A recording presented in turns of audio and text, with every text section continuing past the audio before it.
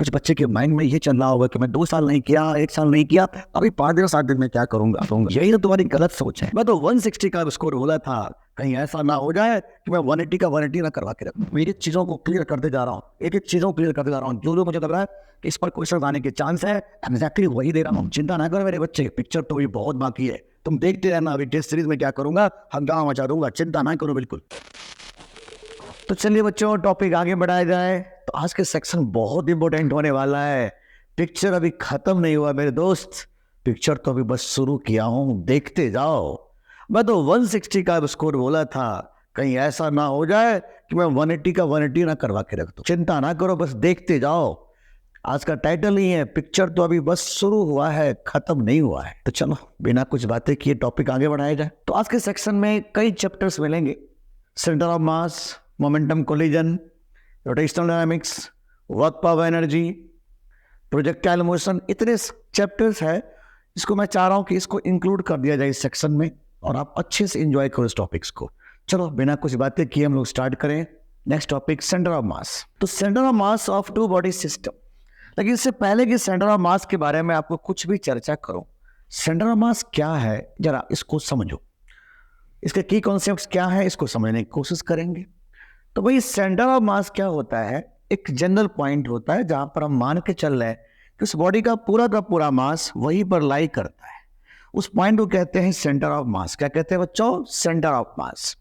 अब जैसे देखो यहां पर ये एक कोई किताब रखा हुआ है इस टेबल पे, तो मैं कहूंगा कि इसका सेंटर ऑफ मास कहां होगा। तो इसको फाइंड आउट करने के लिए हम लोग क्या करते हैं, इसके चारों एंड को एक धागा से बांध देते हैं। ठीक है, ये देखो बांध दिया धागा से, और इसको यूं पकड़ के मैं उठाता हूं। तो जैसे इसको यूं पकड़ के उठाऊंगा मैं तो मेरे को लगता है कि पूरा का पूरा बुक लिफ्ट कर रहा है। इसका मतलब है कि ये मैंने सोचा कि क्यों ना यहां से पकड़ के उठाता हूं। तो जैसे ही इसको यहां से पिन लगा करके मैं उठाता हूं तो ये पूरे बुक उठ जाता है। इसका मतलब इसका पूरा सेंटर ऑफ मास यहां पर लाई कर रहा है। तो सेंटर ऑफ मास एक इमेजिनरी पॉइंट होता है जहां पर हम ये मान के चलते हैं कि हमारा पूरा बॉडी का मास उसी पॉइंट पर लाई करता है। उस पॉइंट को कहते हैं बच्चों सेंटर ऑफ मास। क्या कहते हैं उसको? Centre of mass. तो इस टॉपिक में सबसे पहले हम बात करेंगे centre of mass of two body system. तो टू बॉडी सिस्टम का एक टेक्निक्स बता देता हूं, उसको थोड़ा ध्यान रखिएगा आप लोग। अगर ये M1 मास है, M2 मास है, तो सेंटर ऑफ मास का कुछ रूल्स होते हैं कि सेंटर ऑफ मास हमेशा हैवियर बॉडी के आसपास लाई करता है। बस आप इस फॉर्मूला को याद रखिए और एंजॉय करिए कि सेंटर ऑफ मास कहां लोकेट हो रहा है। तो आप लिखोगे, यहां से कैलकुलेट कर रहे हो तो M2R divided by M1 plus M2। बस अगर आप ये फॉर्मूला आप याद कर लिए तो यकीन मानिए आपको कोई भी क्वेश्चन अटकने नहीं दूंगा, चाहे कैसा भी क्वेश्चन होगा। अगर आप इसको याद कर लिए बस एक बार तो कोई भी प्रॉब्लम आपको नहीं अटकने दूंगा। तो चलिए टॉपिक आगे बढ़ाया जाए। अब देखते हैं कैसे कैसे क्वेश्चंस आने हैं इस पे। तो सामने स्क्रीन पे एक छोटा सा क्वेश्चन ले लिया मैंने। 10 ग्राम का बॉडी है, 5 ग्राम का बॉडी है, दोनों के बीच का सेपरेशन 8 है। तो मैंने कहा इसका सेंटर ऑफ मास कहाँ लाई करेगा। तो मान लीजिए इसका सेंटर ऑफ मास लाई किया R1 डिस्टेंस पे। तो R1 का वैल्यू क्या लिखोगे? M2R, M2 वाला ये वाला 5 into 8, M2R divided by M1 plus M2।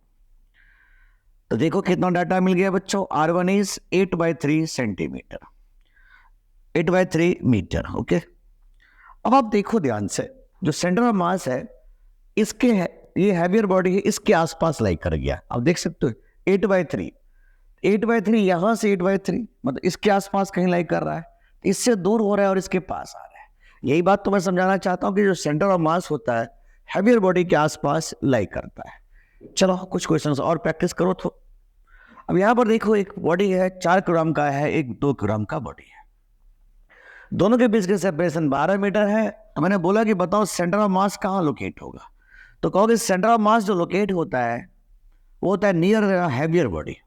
तो फॉर्मूला क्या होता है बच्चों, याद होगा आपको, M2R divided by M1 plus M2।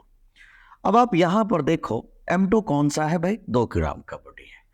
R कितना है यहां पर देखो 12 मीटर, डिवाइडेड बाय 4 + 2 6, 4 + 2 6, 6 दूनी 12। Centre of mass lies at 4 metre. तो सेंटर ऑफ मास यहां से 4 मीटर पे है, इसका मतलब यहां से 8 मीटर के डिस्टेंस पर सेंटर ऑफ मास लाई कर रहा होगा। उम्मीद करता हूं आपको ये बातें समझ में अच्छे से आ गया होगा। नेक्स्ट क्वेश्चन देखो क्या कहना चाह रहा है। अब यहां पर थोड़े थोड़े इसके की कॉन्सेप्ट को समझो कि generally centre of mass of system lies in the middle of the regular body.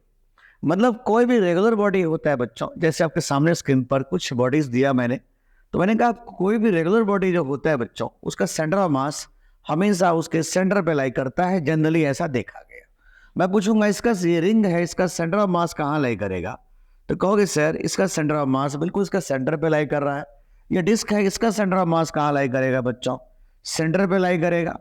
ये स्क्वायर प्लेट है, इस टाइप का भी दे रखा है, इसका भी सेंटर पे लाई करेगा। ये रेक्टेंगल है, इसका भी सेंटर पे लाई करेगा। ये क्यूब है, इसके भी सेंटर पे लाई करेगा। तो ये वो एक इमेजिनरी पॉइंट है जहां पर हम मान के चलते हैं कि इसका पूरा मास लाई करता है, उसको कहते हैं सेंटर ऑफ मास। कभी भी कोई रेगुलर बॉडी का सेंटर ऑफ मास जो होता है बिल्कुल उसके सेंटर पे लाई करता है, ये बात आपको ध्यान रखना पड़ेगा। लेकिन यहां पर तुम्हें एक छोटा सा बात और समझा देता हूं, ये बहुत काम का रिजल्ट है, इसको थोड़ा ध्यान रखिएगा कि भाई सेंटर ऑफ मास किसी कंटिन्यूअस बॉडी का कैसे निकाला जाए। सेंटर ऑफ मास किसी कंटिन्यूअस बॉडी का, और जो कि एक्सटेंडेड बॉडी है लेकिन वो रेगुलर बॉडी नहीं है, जैसे मैंने कहा हाफ डिस्क, जैसे मैंने कहा हाफ रिंग, जैसे मैंने कहा होलो स्फीयर, जैसे मैंने कहा सॉलिड स्फीयर। अब यहां पर बात यह है कि मैं फुल बात नहीं करूंगा। फुल बॉडी जो होंगे, रेगुलर बॉडी के जो सेंटर ऑफ मास होंगे, प्रायः ऐसा माना जाता है कि सेंटर पे लाई करता है, लेकिन मैं तो हाफ की बात कर रहा हूं। तो चलो जरा इस बार देखो, इसको तुम ऐसे याद करोगे, सिनेमा टाइम ऋतिक रोशन श्रीदेवी। फिर से सुनना, सिनेमा टाइम ऋतिक रोशन श्रीदेवी। और इसको तुम ऐसे लिखना 2 3 4 4 3 2, और ये याद कर लेना पाई 8 3 पाई। चूंकि डिस्क होता है, डिस्क में रेडियस होता है, सॉलिड स्फीयर में रेडियस होता है, रिंग में रेडियस होता है, हॉलो स्फीयर में रेडियस होता है, और ट्रायंगुलर लेमिना जो देख रहे हो इसमें हाइट होता है बच्चों, तो एच लिखोगे। कोन में भी हाइट होता है बच्चों, तो यहाँ पर एच लिखोगे। तो याद रखना एक रेगुलर बॉडी का जो सेंटर ऑफ मास होता है वो तो हमेशा जनरली सेंटर पे लाई करता है। लेकिन जैसे अब ये इरेगुलर बॉडी है, जैसे मैंने कहा ना, ये मान के चलो एक रिंग है, तो not full ring, half ring. Half ring का सेंटर ऑफ मास कहाँ लाई करेगा, ऑफ कोर्स 2r/π। कहाँ से 2r/π बच्चों, कहाँ से 2r/π, यहाँ पर देखो, ये यहाँ से 2r/π, यहाँ से 2r/π डिस्टेंस पे लाइक कर रहा हो, तो ये आपको याद करना पड़ेगा। चलो आगे बढ़ते हैं। हमारे सामने जब ऐसे क्वेश्चन आते हैं बच्चों, जब कंपोजिट बॉडी के ऊपर में बात होती है, तो हमसे बोलता है कि भाई इसका सेंटर ऑफ मास कहाँ लाई करता है। थोड़ा ध्यान सुनिएगा, बड़ा इंटरेस्टिंग चीज बता रहा हूं। इसका भी रेडियस आर है, इसका भी रेडियस आर है। अब वो करना क्या है जरा उसको समझो। अब वो करना क्या है, बस उसको ध्यान से सुनते जाओ। मान लो इसका सिग्मा है और ये भी सिग्मा है, और दोनों का मटेरियल तो सेम है बच्चों, ये बात फिक्स है, दोनों का मटेरियल कैसा हो गया, सेम हो गया। तो क्या मैं ये कह सकता हूं कि अगर एक रेगुलर बॉडी था, अगर ये डिस्क है, तो इसका सेंटर ऑफ मास तो बिल्कुल इसके सेंटर पे लाई कर रहा होगा। अगर ये भी डिस्क है तो इसका सेंटर ऑफ मास बिल्कुल इसके सेंटर पे लाई कर रहा होगा, ये तो फिक्स है। अच्छा बच्चों एक बात बताओ, इसका सेंटर ऑफ मास सेंटर पे लाई किया, इसका भी सेंटर ऑफ मास सेंटर पे लाई किया, तो भाई मैं क्या बोलूंगा, यहां पर इसका पूरा मास लाई कर रहा होगा, इस बॉडी का, इस डिस्क का पूरा मास यहां पर लाई कर रहा होगा। अच्छा ये M1 M2 को कैसे निकालोगे, तो क्या जवाब दोगे, M1 का जो वैल्यू होगा वो होगा सिग्मा गुना एरिया। बताओ इसका एरिया है कितना बच्चों, पाई r²। इसका मास क्या होगा बच्चों, इसका भी सिग्मा गुना एरिया, एरिया क्या लिखोगे, पाई r²। अब ये रहा इसका M1, ये रहा M2, निकल गया मेरा। अब हम क्या बात करेंगे, तरीका देखना, मैं जो सिखाने जा रहा हूं उसको थोड़ा ध्यान से देखना। मैं क्या करने जा रहा हूं, यहां से एक स्क्रीनशॉट लेता हूं, क्रॉप करता हूं और इसको यहां पर पेस्ट करूंगा। यहां से स्क्रीनशॉट लिया, ऐसे क्रॉप किया और यहां पर बस पेस्ट कर देना। पेस्ट करोगे देखो ये C1 हो गया और ये C2 हो गया। तो बच्चों ये M1 है और बच्चों ये M2 है। बताओ M1 और M2 के बीच में सेपरेशन कितना है, तो कहोगे सर R और R2R। तो सेंटर ऑफ मास लोकेट कहां हुआ, तो तुम्हारा जवाब होगा सेंटर ऑफ मास लोकेट करने का फॉर्मूला होता है m2r divided by m1 plus m2। ये तरीका होता है बच्चों। अब आप मुझे बताओ m2 है कितना। m2 है sigma into pi are square, sigma into pi are square, और r क्या है बच्चों 2r divided by m1 plus m2, sigma pi are square plus sigma pi are square. और आप देख सकते हो टर्म क्या डिफाइन हो गया, सिग्मा पाई आर स्क्वायर गुना 2r divided by 2 sigma pi are square. Sigma pi are square sigma pi are स्क्वायर 2 से 2 भी कट गया। तो सेंटर ऑफ मास जो लोकेट हुआ है बच्चों r पे, कहां से r पे, यहां से r पे, यहां से r डिस्टेंस पर सेंटर ऑफ मास लाई किया। इसका मतलब सेंटर ऑफ मास यहां से r डिस्टेंस मतलब यहां पर सेंटर ऑफ मास लाई किया। तो कभी भी एक्सटेंडेड बॉडी आएगा तो उम्मीद करता हूं आप गलत तो नहीं करने जा रहे बच्चों। हम आगे बढ़ते हैं तो कुछ क्वेश्चंस का एंजॉय और करते चले जाओ। मान लो एक मुझे सर्कल दे रखा है बच्चों, इस सर्कल का रेडियस जो है बच्चों वो मान के चलो a है, और हमें इसका भी डायमेंशन दिया हुआ है स्क्वायर प्लेट का, इट इज 2a और इट इज ऑल्सो 2a। बस एक चीज हमें बोला है क्वेश्चन में, मैं आपको बता देता हूं ओरली। हमें ये बोलना चाह रहा है ये कि जिस मटेरियल का ये बना है उसी मटेरियल का ये बना है। इसका मतलब इसका मास पर यूनिट एरिया और इसका मास पर यूनिट एरिया दोनों का सेम था। तो एक छोटा सा काम क्यों नहीं कर लेते, इसका पूरा मास हम लोग निकाल लेते हैं। तो क्या मुझे आप बता सकते हो इसका मास होगा कितना बच्चों? तो इसका पूरा मास हो जाएगा सिग्मा गुना एरिया, इसका एरिया क्या लिखेंगे पाई ए स्क्वायर, और इसका पूरा मास कितना होगा बच्चों? इसका अगर मास की बात करें तो सिग्मा गुना 2a गुना 2a गुना 2a, इसका जो मास हो जाएगा बच्चों सिग्मा गुना 4a स्क्वायर हो जाएगा। उम्मीद करता हूं आपको ये बातें समझ में आ रहा होगा। अच्छा एक बात बताओ, इसका जो सेंटर ऑफ मास होगा इसके सेंटर पे लाई कर रहा होगा, इसके सेंटर पे लाई कर रहा होगा बच्चों, इसके सेंटर पे लाई किया है, और इसका सेंटर ऑफ मास इसके सेंटर पे लाई किया होगा, बिकॉज एक रेगुलर बॉडी का सेंटर ऑफ मास तो बिल्कुल सेंटर पे ही लाई करता है। तो मैं क्या कह सकता हूं कि ये जो हो गया वो a हो गया, और ये भी क्या हो गया बच्चों a हो गया। कारण ये पूरा 2a है तो यहां से यहां तक सिर्फ a। मैं यहां पर क्या बोला कि इसका मास यहां लाई किया, इसका मास यहां लाई किया। यहां से सीधा स्क्रीनशॉट लो, क्रॉप करो पेस्ट करो, क्रॉप करो पेस्ट करो, सीधा क्रॉप किया और यहां पर पेस्ट कर दिया। जैसे पेस्ट किया बच्चों ये C1 ये C2 ये M1 ये M2, और सेंटर ऑफ मास लाई कहां किया बच्चों? तरीका बताया था मैंने, M2R, M2 का वैल्यू है कितना सिग्मा इंटू 4a स्क्वायर। याद रखना इधर वाला M2 है इधर वाला M1 है, इंटू R, R का वैल्यू कितना है बच्चों? तो तुम्हारा जवाब होगा यहां से यहां के बीच में कितना सेपरेशन है 2a divided by sigma into pi A square plus sigma into 4a square, sigma sigma sigma A square A square A square. तो जो आपका आंसर आएगा वो कितना आएगा 8a बाय पाई प्लस 4। बस यही इसका सेंटर ऑफ मास हो जाएगा बच्चों। तो कभी भी एक्सटेंडेड बॉडी का सेंटर ऑफ मास आए तो हमें यही तरीका ढूंढना पड़ेगा। कुछ क्वेश्चंस और करते हैं और अच्छे समझते हैं।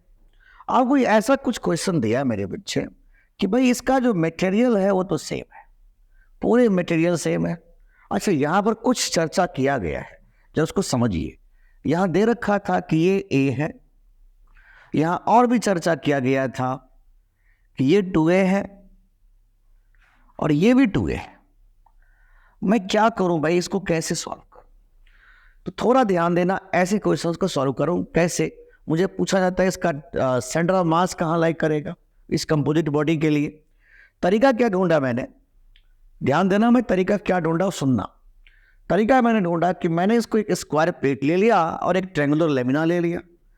तो भाई अगर ये ट्रायंगुलर लेमिना है, अगर ये ट्रायंगुलर लेमिना है बच्चों, तो इसका सेंटर ऑफ मास कहाँ पर लाई करेगा एक बार चेक करो। मैंने लिखवाया था, देखो यहाँ पर ध्यान से, यहाँ पर थोड़ा ध्यान देखना कि ट्रायंगुलर लेमिना का जो सेंटर ऑफ मास है वो h/3 डिस्टेंस पर लाई कर रहा है। h/3 कहाँ से? इस बेस से, इस बेस से h/3 डिस्टेंस पर लाई करेगा। अब इस चीज को मैं यहाँ पर फंडे यूज कर देता हूँ। इस बेस से ये कितना पूरा दे रखा है ए, मतलब एच का वैल्यू दे रखा है ए, तो यहां से a/3 यहां तक है, तो इसका सेंटर ऑफ मास यहां लाई किया, मतलब इसका इतने पोर्शन का अगर हम मास बात करें तो वो यहां बैठा हुआ है, और ये स्क्वायर प्लेट है, रेगुलर बॉडी है, इसका सेंटर ऑफ मास जो होगा इतने प्लेट का वो यहां पर लाई करेगा C2। अब इसका वैल्यू कितना होगा, इसका मास कितना है m2। मुझे कुछ खास नहीं अब सोचना है बच्चों, ध्यान से सुनो बस। इसका जो सेंटर ऑफ मास होगा बच्चों, इसका वो यहां लाइक किया, इसका सेंटर ऑफ मास यहां लाइक किया, इसका मास कितना होगा ये भी बता दो हमें। मटेरियल तो सेम है, सिग्मा गुना एरिया, एरिया कितना लिखोगे, हाफ BH, बेस कितना है 2A, हाइट कितना है A, 2 से 2 कट जाएगा, सिग्मा A स्क्वायर, और इसका मास क्या निकालोगे बच्चों, तो इसका मास हो जाएगा sigma Guna A area, area कितना होगा इसका 2A गुना 2A, 4A स्क्वायर। अब आप बता सकते हो, मैं फिर से यहाँ पर स्क्रीनशॉट लेता हूँ, क्रॉप करके पेस्ट कर देता हूँ, तो मुझे कुछ ऐसा डाटा मिल गया बच्चों, ये C1 है, ये C2 है, ये M1 है, ये M2 है, और दोनों के बीच के जो सेपरेशन अगर देखा जाए तो ये तो a/3 है, और ये जो है ये सिर्फ A है, बिकॉज ये पूरा 2A है, तो सेंटर ऑफ मास इतने पोर्शन का बिल्कुल यहाँ लाई करेगा। इसका मतलब ये A और ये a/3, मतलब ये 4a/3 हो गया बच्चों। तो सेंटर ऑफ मास लाई कहाँ करेगा, चलो चर्चा कर लो। तो सेंटर ऑफ मास लाई करेगा M2R, M2 क्या है बच्चों, sigma into 4A square into R 4a/3 divided by whole mass sigma A square plus sigma 4A square.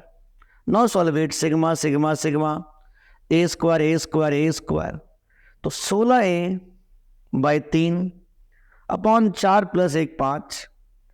तो सेंटर ऑफ मास जो लाई किया है बच्चों, वो कितना डिस्टेंस पे लाई किया है, 16a/15।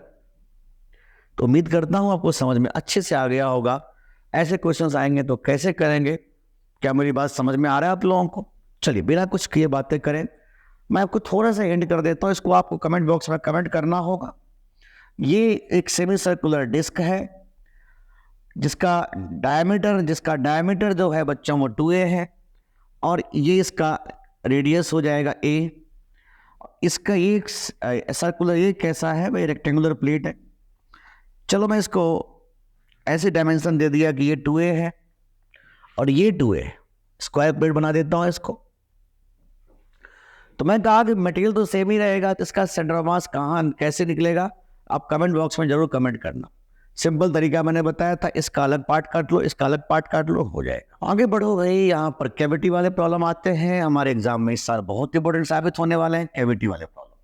कभी भी बच्चों कैविटी वाले प्रॉब्लम आता है तो इसका एक सिंपल तरीका ध्यान रखना, जब भी आपको ऐसे क्वेश्चंस आए और पूछे कि कैविटी वाले प्रॉब्लम को कैसे सॉल्व करना है, तो इसका एक स्पेशल टेक्निक बता रहा हूं मैं कि एक्स सेंटर ऑफ मास निकालना है रिमेनिंग पोर्शंस का। सेंटर ऑफ मास किसका निकालना है, रिमेनिंग पोर्शन का। रिमेनिंग पोर्शन मतलब हुआ गया है ये इतना था, इतना इसमें से इतना पोर्शन को कट करके अलग कर दिया। तो बोला क्या गया कि बताओ रिमेनिंग पोर्शन का सेंटर ऑफ मास कहाँ लाई किया। मुझे कुछ नहीं करना, मुझे इस कॉन्सेप्ट को फॉलो करना होगा कि कितना एरिया को हमने कट किया डिवाइडेड बाय कितना एरिया बचा हुआ है, गुना सेंटर से ये जो इसका सेंटर है उसके बीच के सेपरेशन क्या है, यही है एक्स। अब चलो इस फॉर्मूला को यूज कर लेते हैं। एक्स सेंटर ऑफ मास क्या होगा बच्चों, सोच के बताओ मुझे। तो एक्स सेंटर ऑफ मास हो जाएगा, सोचो एक बार, कितना एरिया को आपने कट किया है। देखो आप एरिया कितना कट किए हो, पाई r/2 का स्क्वायर, सिर्फ इतना ही एरिया तो कट मारे हो। जितना एरिया कट किए हो डिवाइडेड बाय कितना एरिया बचा हुआ है। तो बचा हुआ एरिया कितना था, पूरा एरिया कितना था, πr², और कितना आपने कट कर दिया था, πr²/4, वही ना, πr/2 का स्क्वायर आपने कट मार दिया था। इतना जो एरिया होगा वो तो रिमेनिंग एरिया होगा, गुना इसके सेंटर से जो कट वाला सेंटर था वो कितने डिस्टेंस पर है, उसको मैं x बोल रहा हूं। तो कितना डिस्टेंस पर होगा बच्चों? ओनली r/2, बिकॉज ये पूरा r है तो ये कितना था? r/2। बस इसको पुट कर दिया मैंने और डाटा निकाल दिया। नाउ सॉल्व इट, बहुत इजी है अब तो। एक्स सेंटर ऑफ मास कितना हो गया बच्चों, मुझे बताओ। πr² 4 Guna r/2 divided by 3πr² 4। LCM 4 हो गया तो 3πr² ऊपर हो जाएगा, ये से ये कट जाएगा, 4 से 4 भी हो गया बच्चों। तो जो सेंटर ऑफ मास लाई किया है ओके यहाँ डिस्टेंस पे r/6, मतलब यहां से r/6 डिस्टेंस इधर लाई कर दिया होगा। उम्मीद करता हूं आपको कैविटी वाले प्रॉब्लम बहुत अच्छे समझ में आ गए होंगे। एक बार दोबारा रिपीट करता हूं कि कभी भी कैविटी वाले प्रॉब्लम आए तो कैसे करना है। सिंपल तरीका बताया मैंने कि भाई ये पहले देख लेना कितना एरिया को कट कर दिया गया, डिवाइडेड बाय कितना एरिया पड़ा हुआ है, शेष बचा हुआ है, गुना एक्स कट। अब एक्स कट जो है वो कहाँ से? इसके सेंटर से, ओरिजिनल जो डिस्क है उसके सेंटर से जो कटिंग वाला एरिया था उसका सेंटर के बीच के जो सेपरेशन है उसे कहते हैं एक्स कट। बस इसको पुट कर दीजिए और निकाल दीजिए, बस हो जाएगा इसका आंसर। तो कैविटी वाले कभी भी क्वेश्चन आएगा तो बच्चों ऐसे ही करना, ये काफी इंपोर्टेंट साबित होगा इस साल के लिए, ध्यान रखना। आगे बढ़ो। हमने कहा centre of mass of many body system. कभी भी मैनी बॉडी सिस्टम के सेंटर ऑफ मास पूछे जाए तो सिंपल तरीका आपको ऐसे ढूंढना है कि एक्स सेंटर ऑफ मास का फॉर्मूला होता है m1x1 + m2x2 dot dot dot dot divided bye m। ऐसे वाई सेंटर ऑफ मास का फॉर्मूला निकालेंगे m1y1 + m2y2 dot dot dot dot divided bye m। और सेंटर ऑफ मास जो होगा वो होगा एक्स सेंटर ऑफ मास कमा वाई सेंटर ऑफ मास। तो उम्मीद करता हूँ इतनी बातें तो समझ में आ ही गया होगा बच्चों।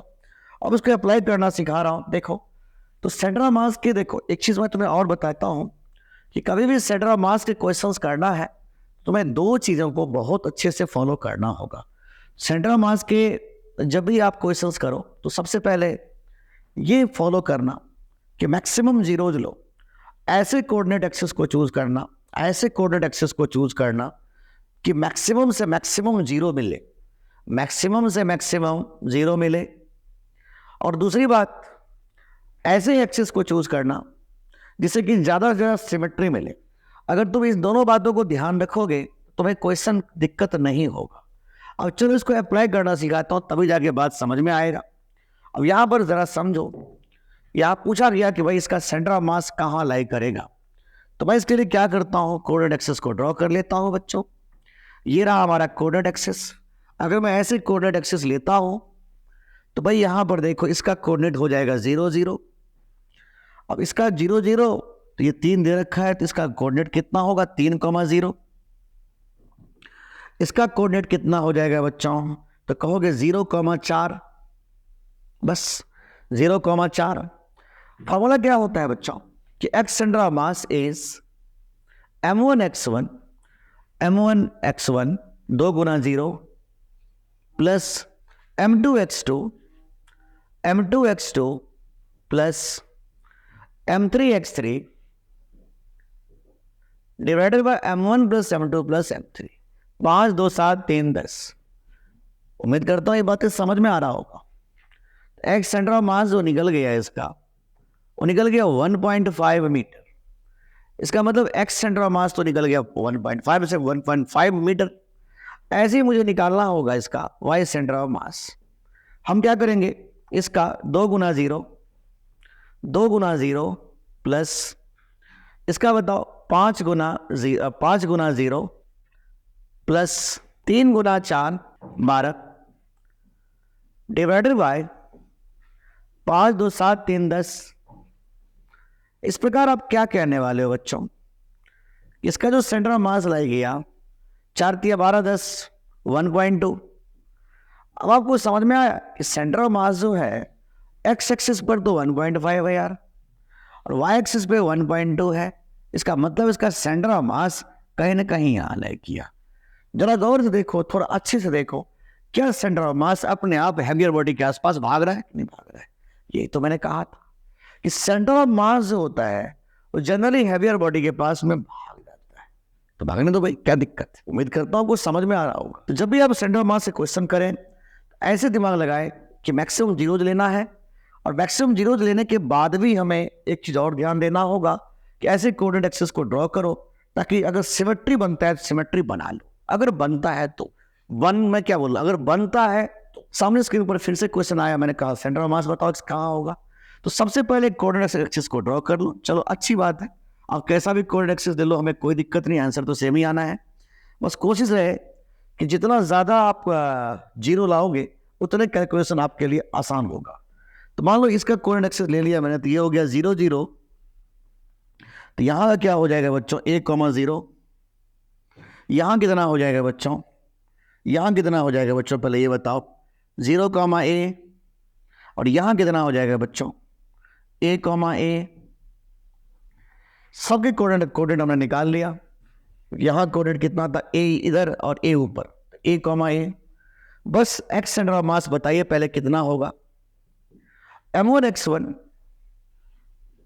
Plus m2x2 plus m3x3 plus m4x4, 4m into 0 divided by 2 1 3 4 7 3 10 m। और मैं कह सकता हूं एक्स सेंटर ऑफ मास जो होगा बच्चों वो होगा 3 2 5 5ma बाई 10m। m से m कैंसिल, ये कैंसिल, तो ये बाई 2 हो जाएगा बच्चों। ये ऐसे मुझे बताओ फिर से एक बार, वाई सेंटर ऑफ मास क्या होगा। तो जो वाई सेंटर ऑफ मास होगा वो इसका 0, इसका भी 0, इसका 3m इंटू a और उसका 4m into a divided by 10m।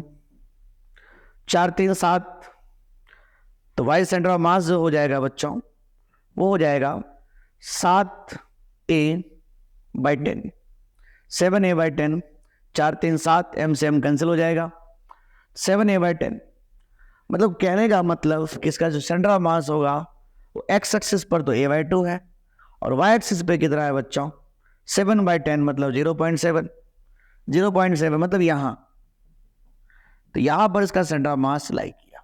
उम्मीद करता हूँ आपको समझ में अच्छे से आ गया होगा।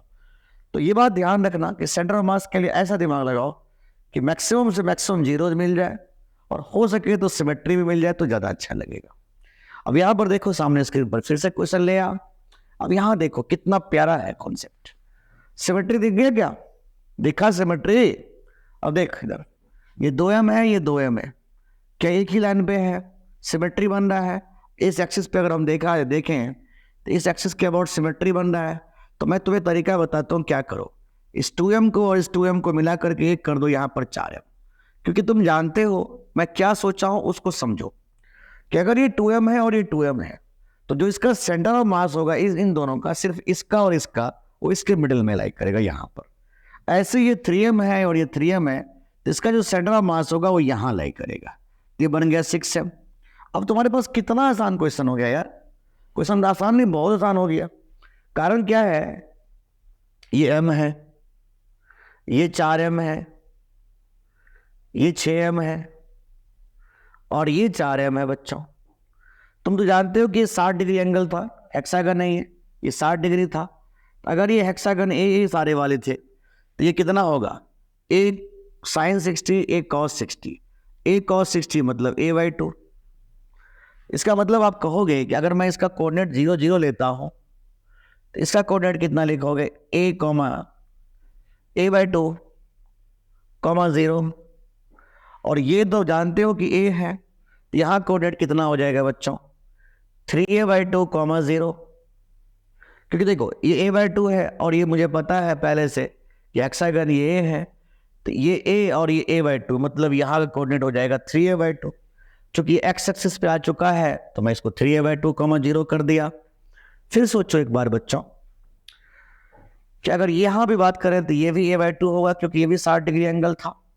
तो मैं क्या बोलूंगा, 3a बाई 2 और a बाई 2 मतलब it is 2a 0। Now we can easily calculate the x centre of mass is बच्चों m गुना 0, 4m गुना a बाई 2, 6m गुना 3a बाई 2,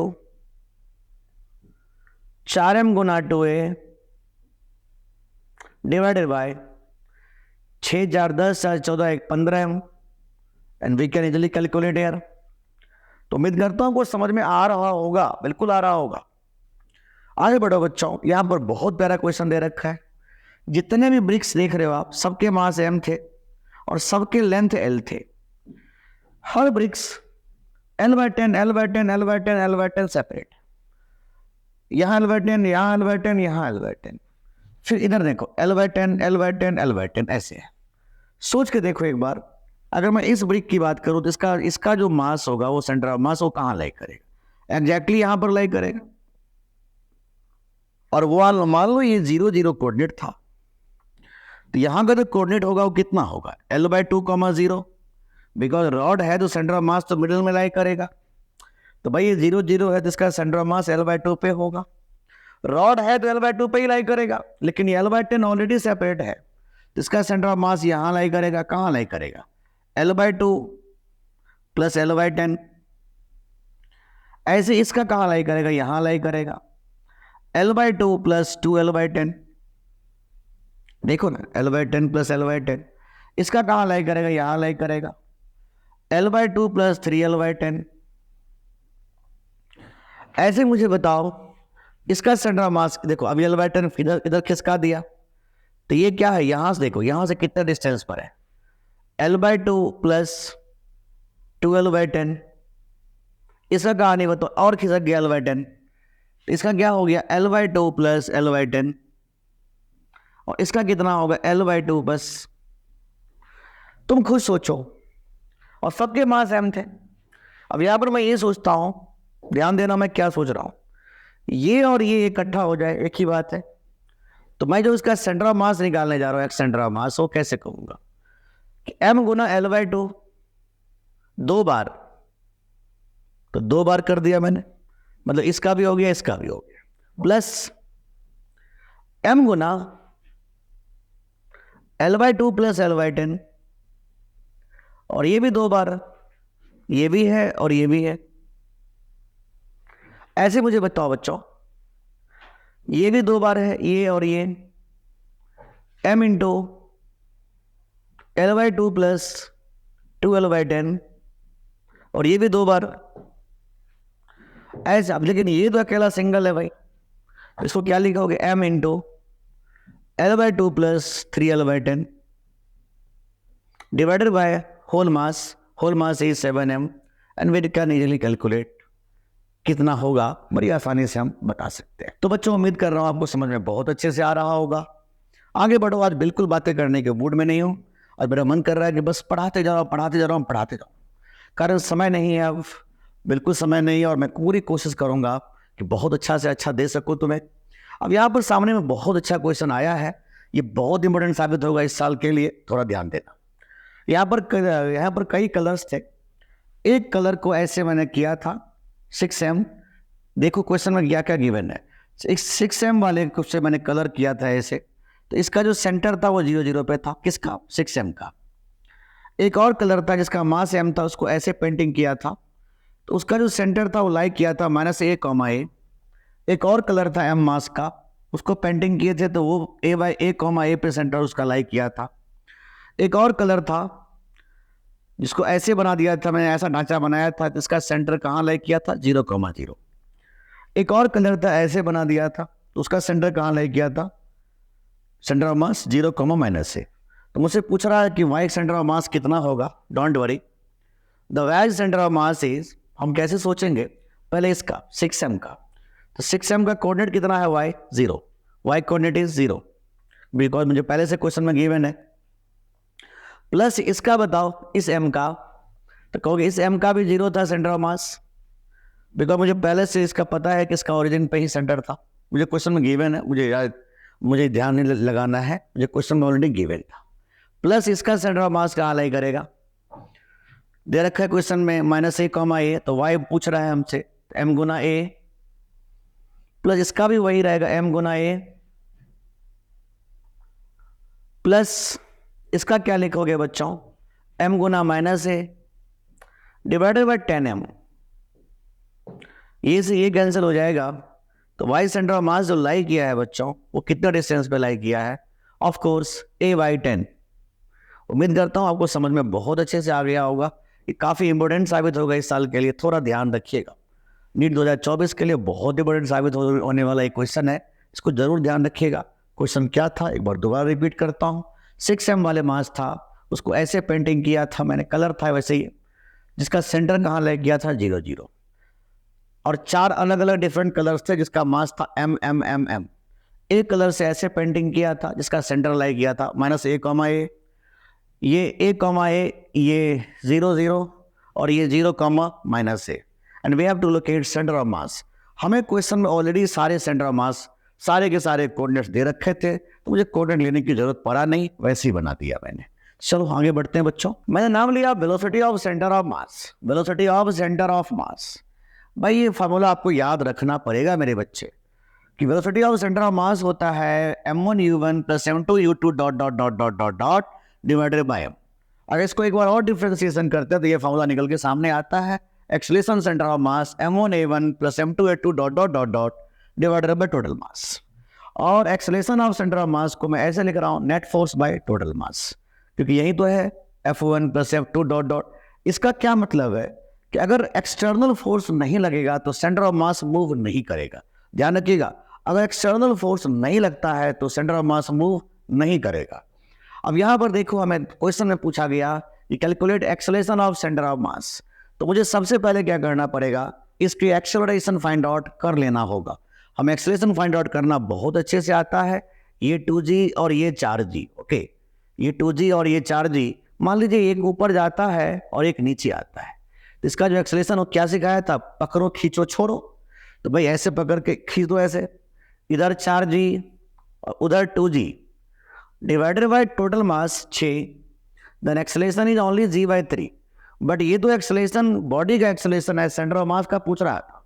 तो सेंटर ऑफ मास का एक्सेलरेशन कैसे निकालोगे, क्या फॉर्मूला दिया था, m1a1 + m2a2 dot divided by m1 + m2। अब यहाँ पर देखो, एक ऊपर डायरेक्शन में एक नीचे डायरेक्शन में, तो अगर ये प्लस में रहेगा तो ये माइनस में आ जाएगा। तो इसका एक्सेलरेशन 2 गुना इस क्या है एक्सेलरेशन इसका g/3।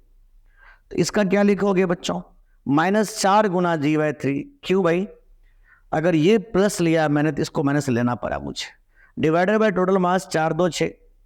आप कह सकते हो कि acceleration of centre of mass क्या हो गया बच्चों, 4g/3 और 2g/3 मतलब -2g/3 divided by 6, 2 3 6। Then acceleration of centre of mass is minus में g/9।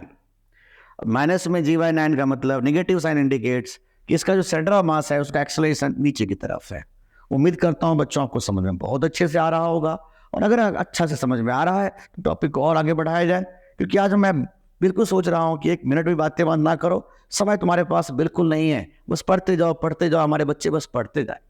अब ऐसे क्वेश्चन आया, बहुत प्यारा क्वेश्चन दे दिया मैंने आपको कि अलग अलग मास है, ये किधर जा रहा है, किधर आ रहा है, किधर, ऐसे क्वेश्चन को कैसे करें, थोड़े ध्यान सुने, और ऐसे ही आपको हमेशा करना होगा। आप एक चार्ट बना लें मन ही मन, ताकि जल्दी जल्दी समझ में आ जाएगा। यहाँ लिखें Vx और यहाँ लिखें Vy, आसान रहेगा आपके लिए। यहाँ अलग अलग मासेज है, अलग अलग मास का नाम लिखिए। पहले 1 का नाम रखता हूँ मैं, 1 किलोग्राम। ये चल रहा था 4 मीटर पर सेकेंड से, तो बोलिए इस 4 का जो x कंपोनेंट है वो कितना है 0, और y कंपोनेंट कितना है 4। यस, बिकॉज जा ही रहा था y एक्सिस पे। इस 2 का नाम लिखो, तो 2 कितने से जा रहा था 1 से, तो इसका x कंपोनेंट 1 तो y कंपोनेंट 0। ऐसे ही जो 4 देख रहे हो, ये 4 मास जो था वो 5 से जा रहा था, x कंपोनेंट 0 और y कंपोनेंट -5, कारण ये नीचे की तरफ आ रहा है बच्चों। ऐसे ही इसके बारे में बताओ, ये 10 है और वो 10 2 से जा रहा था, x कंपोनेंट -2 और y कंपोनेंट 0। अब इसका कहानी बता दो, इसके 2 कंपोनेंट टूटेंगे, 5 cos 37 और 5 sin 37। तो भाई क्या कहोगे कि जो 5 ग्राम का बॉडी है वो 10 से जा रहा था, तो क्या होगा 5 cos 37 और 5 sin 37।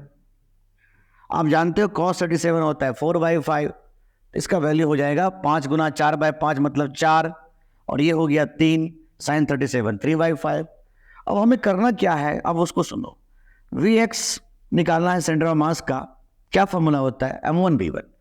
m1v1 तो 1 गुना 0 प्लस 2 गुना 1 प्लस 4 गुना 0 प्लस 10 गुना -2 -20 प्लस 5 गुना 4 20।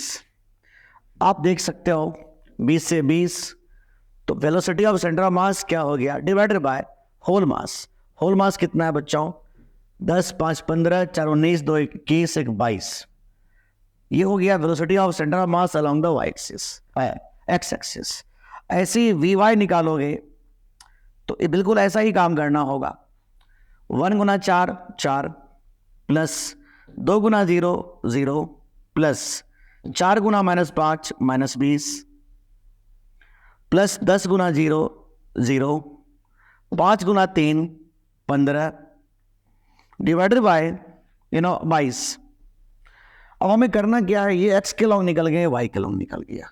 जब भी वी नेट पूछा जाए तो क्या कहेंगे, अंडर रूट में बच्चों vx का स्क्वायर प्लस vy का स्क्वायर। बस इतना लिख के सॉल्व कर दीजिए, हो गया, कहानी खत्म। कहानी खत्म भाई, ये vx रहा, ये vy रहा। तो कभी भी ऐसे क्वेश्चन आए तो ऐसे कर लेना, आगे बढ़ो, रुको मत। और वहां नाम ले लिया shifting of centre of mass, तो ध्यान रखना सेंटर ऑफ मास तभी शिफ्ट करता है बच्चों जब उसके ऊपर में एक्सटर्नल फोर्स लगता है। अब सुनो ध्यान से, क्वेश्चन जब ऐसे आए शिफ्टिंग का तो आपको बस यही फॉर्मूला यूज करना है हमेशा कि एक्स सेंटर ऑफ मास का फॉर्मूला होता है m1x1 plus m2x2 divided by whole mass. अब यहां पर कोऑर्डिनेट मत लेना, यहां पर तुम ऐसे कर लेना बच्चों कि भाई ध्यान देना, तुम्हें कुछ ऐसे सोचना होगा। मैं थोड़ा सा इसको अपडेट कर देता हूं। तुम्हें ऐसे सोचना होगा कि जो शिफ्टिंग दे रखा होगा उसी को कोऑर्डिनेट मान लेना। मान लो ये 2 मीटर आगे खिसका, तो ये कितना आगे या पीछे जाए कि सेंटर ऑफ मास जस्ट के तस यही रहे। सुनते जाना फिर से। ये 10 किलोग्राम का बॉडी 2 मीटर आगे जा रहा है यूं, तो ये कितना जाएगा, इधर या उधर, ताकि सेंटर ऑफ मास जहां था वही रहे। तो इसका मतलब सेंटर ऑफ मास की शिफ्टिंग है नहीं, आपको शिफ्टिंग को ही कोऑर्डिनेट बोल देना है बस। ऐसे क्वेश्चंस में शिफ्टिंग को ही कोऑर्डिनेट बोल दीजिए, बात खत्म। इज इक्वल टू m1x1, इसका कितना शिफ्टिंग है 2, तो 10 गुना 2 20 प्लस इसका क्या लिखोगे 5 गुना x2 divided by whole mass 10 गुना 15 10 गुना 10 प्लस 5 15। तो बच्चों हम कह सकते हैं 0 equal to 20 plus 5x2, 5x2 is -20, then x2 is -4। अब ये -4 ने क्या बताया मेरे को, फिर से सुनो। इसने बताया कि 4 मीटर ये इधर खिसकेगा तभी जाकर सेंटर ऑफ मास जस्ट के 10 वही रहेंगे। हमने क्या बोला एक बार फिर से सुन लो। जब भी पूछेगा ऐसे क्वेश्चंस में कहेगा कि 10 किलोग्राम का बॉडी 2 मीटर इधर खिसका यूं, तो ये कितना इधर या उधर जाए कि सेंटर ऑफ मास जहां है वही पे वही रहे। तो तुम क्या करो, शिफ्टिंग को एक कोऑर्डिनेट मान लो और हो जाए क्वेश्चन आराम से सॉल्व। क्या करो, इसको देखो, ये 10 किलोग्राम का बॉडी 2 मीटर आ गया, इसका मतलब 10 गुना 2। अब इसके ये कितना आगे या पीछे जाए मुझे नहीं पता, x2 लिख दिया मैंने, ताकि सेंटर ऑफ मास कहीं मूव ही ना कर दे, 0 हो गया। तो लिख दिया ना, टोटल मास कितना था 10 + 5, बस आराम से सॉल्व कर लो इसको। फिर से क्वेश्चन देखो, समझ में आएगा। अब यहां पर देखो क्या दे रखा है क्वेश्चन में कि 8 सेंटीमीटर इधर जाता है, तो ये कितना इधर या उधर जाए ताकि सेंटर ऑफ मास 2 सेंटीमीटर आगे खिसक जाए। कुछ नहीं, ऐसे सोचना, x centre of mass is, फिर से m1x1 m2x2 divided by whole mass. m1 कितना है बच्चों 8, ये कितना खिसक रहा है बच्चों 8 सेंटीमीटर। वो कितना जाए मुझे नहीं पता। टोटल मास कितना 8 + 4 12, ताकि सेंटर ऑफ मास 2 सेंटीमीटर इधर खिसक जाए, +2। सोचना नहीं है, 12 2 नहीं 24 इज 64 प्लस 4x2। बड़ी आसानी से हमने कह दिया बच्चों कि 24 में से 64 इज 4x2। बस ये कितना हो जाएगा बच्चों 40 माइनस में, और ये हो जाएगा 4x2। इसका मतलब x2 का वैल्यू हो गया -10 सेंटीमीटर। क्या मतलब, इसका मतलब 4 किलोग्राम का बॉडी 10 सेंटीमीटर इधर जाएगा, इधर जाएगा 10 सेंटीमीटर इधर खिसकेगा, तो भाई हम क्या कहेंगे सेंटर ऑफ मास 2 सेंटीमीटर इधर आ जाएगा। अब यहाँ पर देखो एक छोटा सा क्वेश्चन मैं बता रहा हूँ, थोड़ा सा हिंट देता हूँ, आप जरूर ट्राई करना। कहेगा क्या, एक बॉडी है एम मास का, उसको 100 के साथ फेंका था मैंने 37 डिग्री एंगल के सहारे, 37 डिग्री एंगल के सहारे फेंका था मैंने। तो भाई हाईएस्ट पॉइंट पर जाकर के ये 2 पार्ट्स में टूट जाता है। ठीक है, सुनना ध्यान से, हाईएस्ट पॉइंट पर जाकर के ये 2 पार्ट्स में टूट जाता है। तो जो लाइटर पार्ट्स होते हैं m/4 वाला, m/4 और 3m/4 2 पार्ट्स में हो गए होंगे, वो तो वहीं से आ जाता है नीचे, मतलब यहाँ जंप करता है, सीधा सीधा फॉल कर जाता है। तो जो हैवियर बॉडी है वो कहाँ लैंड किया, हैवियर बॉडी कहाँ पर लैंड किया, ये हमसे पूछा जा रहा है कोऑर्डिनेट्स। तो देखो इसका सेंटर ऑफ मास तो इसी लाइन पे रहेगा, ये बात तुम जानते हो। तो मैं इसको क्या बोलूँगा, रेंज। तो ये जो होगा मान लो 0 0 कोऑर्डिनेट्स, तो ये कितना होगा r/2, 0, और यहाँ कोऑर्डिनेट मान लो x, 0। बस नो सॉल्व इट। कैसे सॉल्व करोगे, x सेंटर ऑफ मास जो होगा वो होगा m1x1 plus m2x2 divided by m1 plus m2 बच्चों। अब x सेंटर ऑफ मास जो है, x सेंटर ऑफ मास जो है बच्चों, वो तो रेंज के बराबर है, वो तो रेंज के बराबर है। बस आसानी से हम लोग इसको सॉल्व कर लेंगे। m1 x1, x1 क्या है, m1 के बदले में क्या लिखोगे बच्चों, m/4। m/4 कहाँ गिरता है बच्चों, r/2 पे, प्लस जो 3m/4 है वो कहाँ गिरेगा, मुझे बिल्कुल नहीं पता, यही तो पता करना है, divided by whole mass.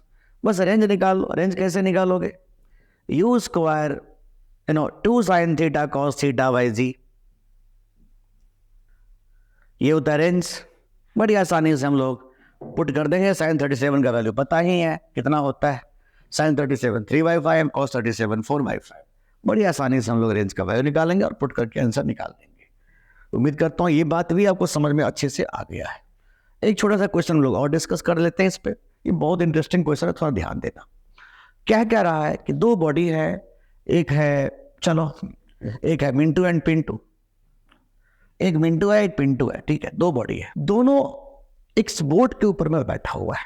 60 kilogram का बॉडी इधर है और 50 किलोग्राम का बॉडी उधर है, ठीक है, ध्यान सुनना।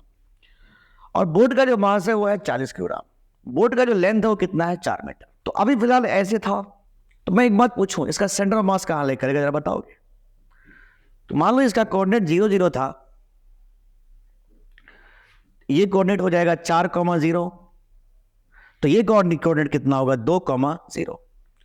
तो एक बार सेंटर ऑफ मास बता दो कितना लाई करेगा, 60 गुना 0, 40 गुना 2, 50 गुना 4 डिवाइडेड बाय 60 40 100 50 150। तो कितना हो जाएगा बच्चों, 280 बाई 150, ये आ जाएगा 1.87 मीटर। इसका मतलब जो उसका सेंटर ऑफ मास है वो फिलहाल कहां पर है, तुम कहोगे इसका सेंटर ऑफ मास जो है बच्चों वो बिल्कुल 1.87, 0 पे लाई किया, यहां पर लाई किया। अब ध्यान दो, अब खेल को तुम समझना। ये मिंटू और पिंटू दोनों जो थे, ये प्रॉब्लम को डिस्कस करते करते, सुनने की कोशिश करना, ये प्रॉब्लम को डिस्कस करते करते बच्चों, प्रॉब्लम को डिस्कस करते करते बिल्कुल बोट के मिडिल में आ गया। तो जैसे ही बोट के मिडिल में आया, तुम क्या कहोगे, बोट का भी मास वहीं पर और ये दोनों मास भी वहीं पर, तो जो सेंटर ऑफ मास हो गया है सिस्टम का वो यहां पहुंच गया है। तो मैं पूछूंगा कि बताओ सेंटर ऑफ मास कितना शिफ्ट किया और बोट कितना शिफ्ट किया। तो तुम्हारा आंसर सुन के तुम हैरान हो जाओगे, सेंटर ऑफ मास तो शिफ्ट कर ही नहीं सकता। पूछो क्यों, भाई सेंटर ऑफ मास तो तब शिफ्ट करेगा ना बच्चों जब उसके ऊपर में कोई एक्सटर्नल फोर्स लगेगा, या तो कोई एक्सटर्नल फोर्स लगा नहीं, इसलिए सेंटर ऑफ मास तो हिलेगा भी नहीं। सेंटर ऑफ मास के कितना शिफ्टिंग होगा, तो 0। अब बात करते हैं बोट कितना शिफ्ट किया, तो बोट तो शिफ्ट करना ही पड़ेगा। भाई सेंटर ऑफ मास पहले था 1.87 पे, अब सारे सेंटर ऑफ मास उठ के चला गया यहाँ पर, लेकिन सेंटर ऑफ मास तो मूव नहीं कर रहा है। इस केस में बोट को शिफ्ट करना पड़ेगा ताकि ये वाला पॉइंट यहाँ पहुंच जाए। तो शिफ्टिंग होगा कितना बच्चों, तो तुम कहोगे सर शिफ्टिंग का वैल्यू होगा 2 में से 1.87, मतलब ये 13 सेंटीमीटर का शिफ्टिंग हो गया है। तो उम्मीद करता हूँ आपको समझ में बहुत अच्छे से आ गया होगा बच्चों। अगर आपको समझ में अच्छे से आ गया है तो मैं नेक्स्ट टॉपिक पे आना चाहिए। तो चलिए बच्चों स्टार्ट किया जाए कोलिजन। तो इसके जो की कॉन्सेप्ट्स होंगे फटाफट हम लोग देख लेते हैं की कॉन्सेप्ट। इसको कोलिजन में हमें 2 फार्मूला को याद रखना होगा और सारे क्वेश्चंस यूं ही बनाते चले जाओ। पहला फॉर्मूला है फाइनल वेलोसिटी निकालने का कि v final is 1 plus e into velocity of centre of mass minus e into we initial. मैं बताऊंगा सारी बातें कैसे करने होंगे इस क्वेश्चंस को। और एक और फार्मूला है लॉस ऑफ काइनेटिक एनर्जी। तो जब भी लॉस ऑफ काइनेटिक एनर्जी पूछा जाए तो आप ऐसी फॉर्मूला को यूज़ करोगे, half reduce mass relative velocity initial का square into 1 minus E square. अच्छा, ये कैसे निकालते हैं रिड्यूस मास? तो इसका तरीका होता है बच्चों m1 m2 divided by m1 plus m2। ये थोड़ा ध्यान रखिएगा, काफ़ी इजी है। अच्छा, अब यहाँ पर थोड़ा ध्यान दो, ये ई क्या है? ई को कहते हैं कॉफिशिएंट ऑफ रेस्टिट्यूशन। ये क्या होता है? Relative velocity of separation divided by relative velocity of approach. तो रिलेटिव वेलोसिटी ऑफ सेपरेशन होता है v2 में से v1, फाइनल वेलोसिटी में से इनिशियल वेलोसिटी v2 में से v1 divided by u1 minus u2 is relative velocity of separation by relative velocity of approach. और इसे क्या कहते हैं बच्चों? Coefficient of restitution. तो चलो अब थोड़ा सा ध्यान दो। अब यहाँ पर हमें थोड़े थोड़े बातों को और समझना होगा। ई का वैल्यू 0 होता है परफेक्टली इलास्टिक कोलिजन के लिए।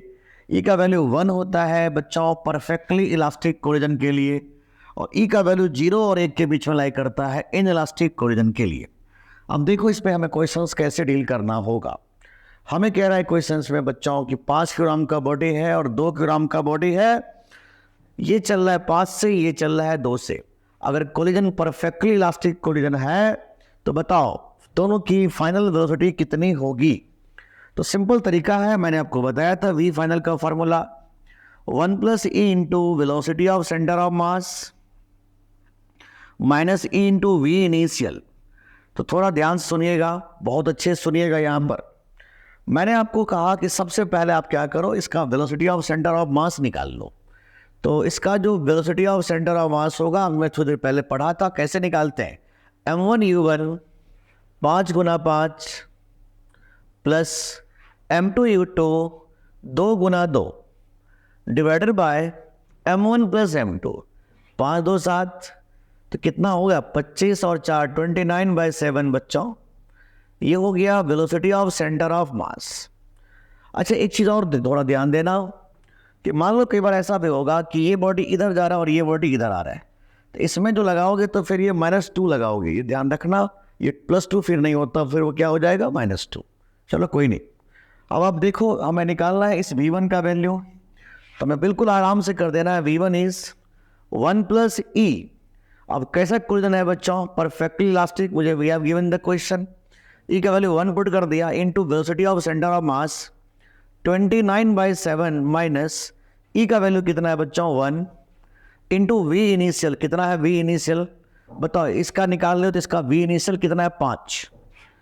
बस सॉल्व कर देना है, कुछ भी नहीं है। 2 और 29 58/7 माइनस 5। तो v1 कितना हो गया बच्चों? 58 माइनस 35/7। इतना मीटर पर सेकेंड हो जाएगा बच्चों इस बॉडी की फाइनल वेलोसिटी। ऐसे मुझे बताओ इस बॉडी की वेलोसिटी कितनी हो जाएगी? तो आपका जवाब फिर से वही होगा 1 plus E into velocity of centre of mass minus E into we initial. अब यहाँ पर देखो फिर से वही बात, 1 plus 1 into velocity of centre of mass कितना है बच्चों? 29/7 minus E into we initial. E का वैल्यू क्या है? 1 और वी इनिशियल कितना है इसका निकाल लो। क्या है V initial? 2। And we can easily calculate the value of v2 is this one. तो अगर हमें ये रिजल्ट याद रहता है तो हम बड़ी आसानी से कर सकते हैं। अच्छा बच्चों, एक बात हमसे ना और पूछे जा सकते हैं कि बताइए लॉस ऑफ काइनेटिक एनर्जी क्या होगा? तो कहोगे लॉस ऑफ काइनेटिक एनर्जी कैसे हो सकता है? बिल्कुल नहीं हो सकता ना, परफेक्टली इलास्टिक कोलिजन है, इसमें तो एनर्जी लॉस होता ही नहीं है।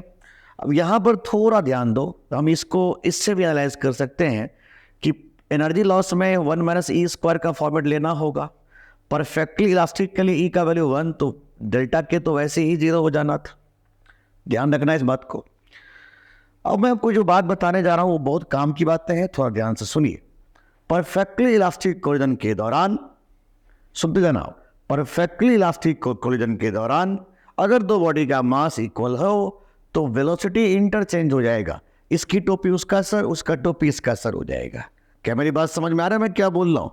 कि अगर दो बॉडी का मास सेम हो और इलास्टिक कोलिजन हो, परफेक्टली इलास्टिक कोलिजन हो, तो दोनों बॉडी की वेलोसिटी इंटरचेंज हो जाएंगे, ये ध्यान रखिएगा। चलो कुछ क्वेश्चंस और आगे बढ़ाते हैं।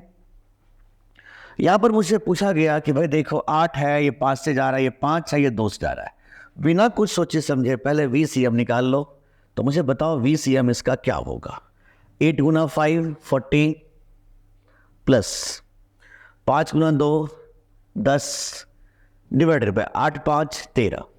बस velocity of centre of mass आ गया 50/30 सेंटीमीटर पर सेकेंड।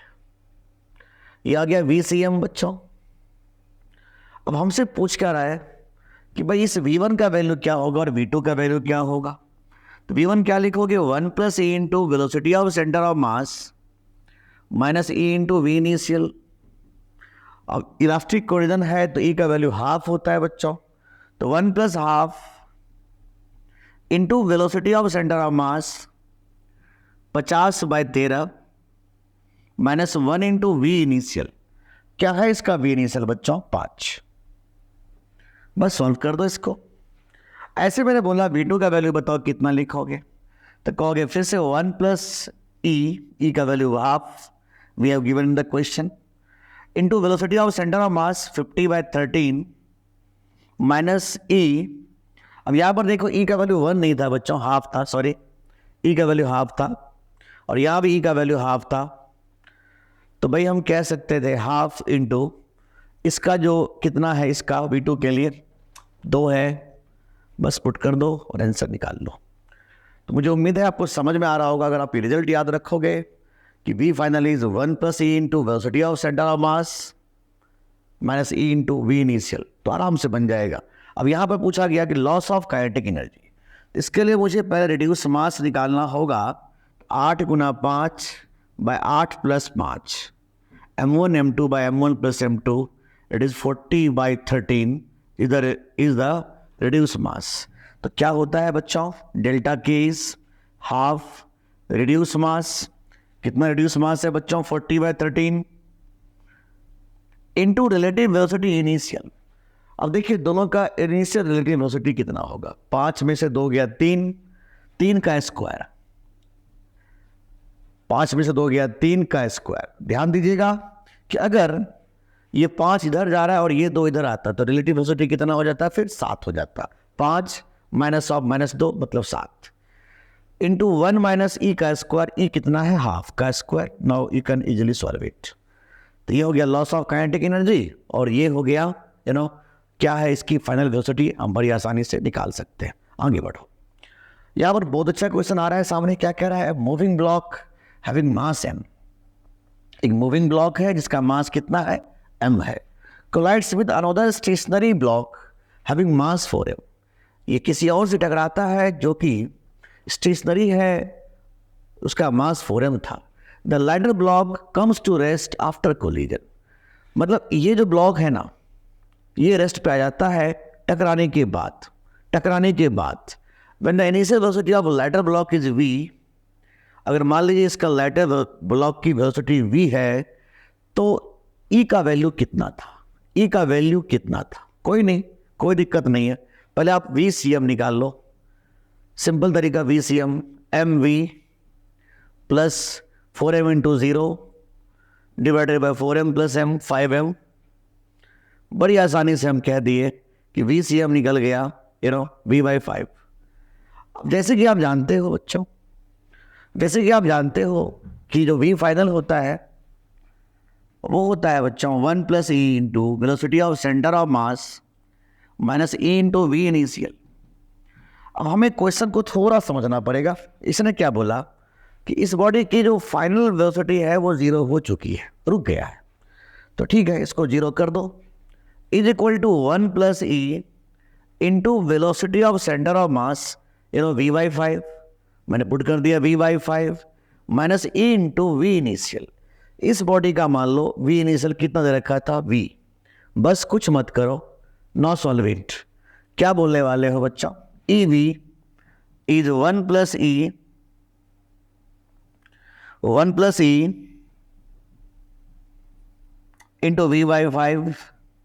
V से V गया तो 5e by cross multiplication 5e is 1 plus E, 4e equal to 1, इसे मेरे बच्चे e बराबर 1/4, 0.25। देखो चेक करो कोई आंसर है 0.25? यस बिल्कुल है, वी कैन इजिली कैलकुलेट 0.25।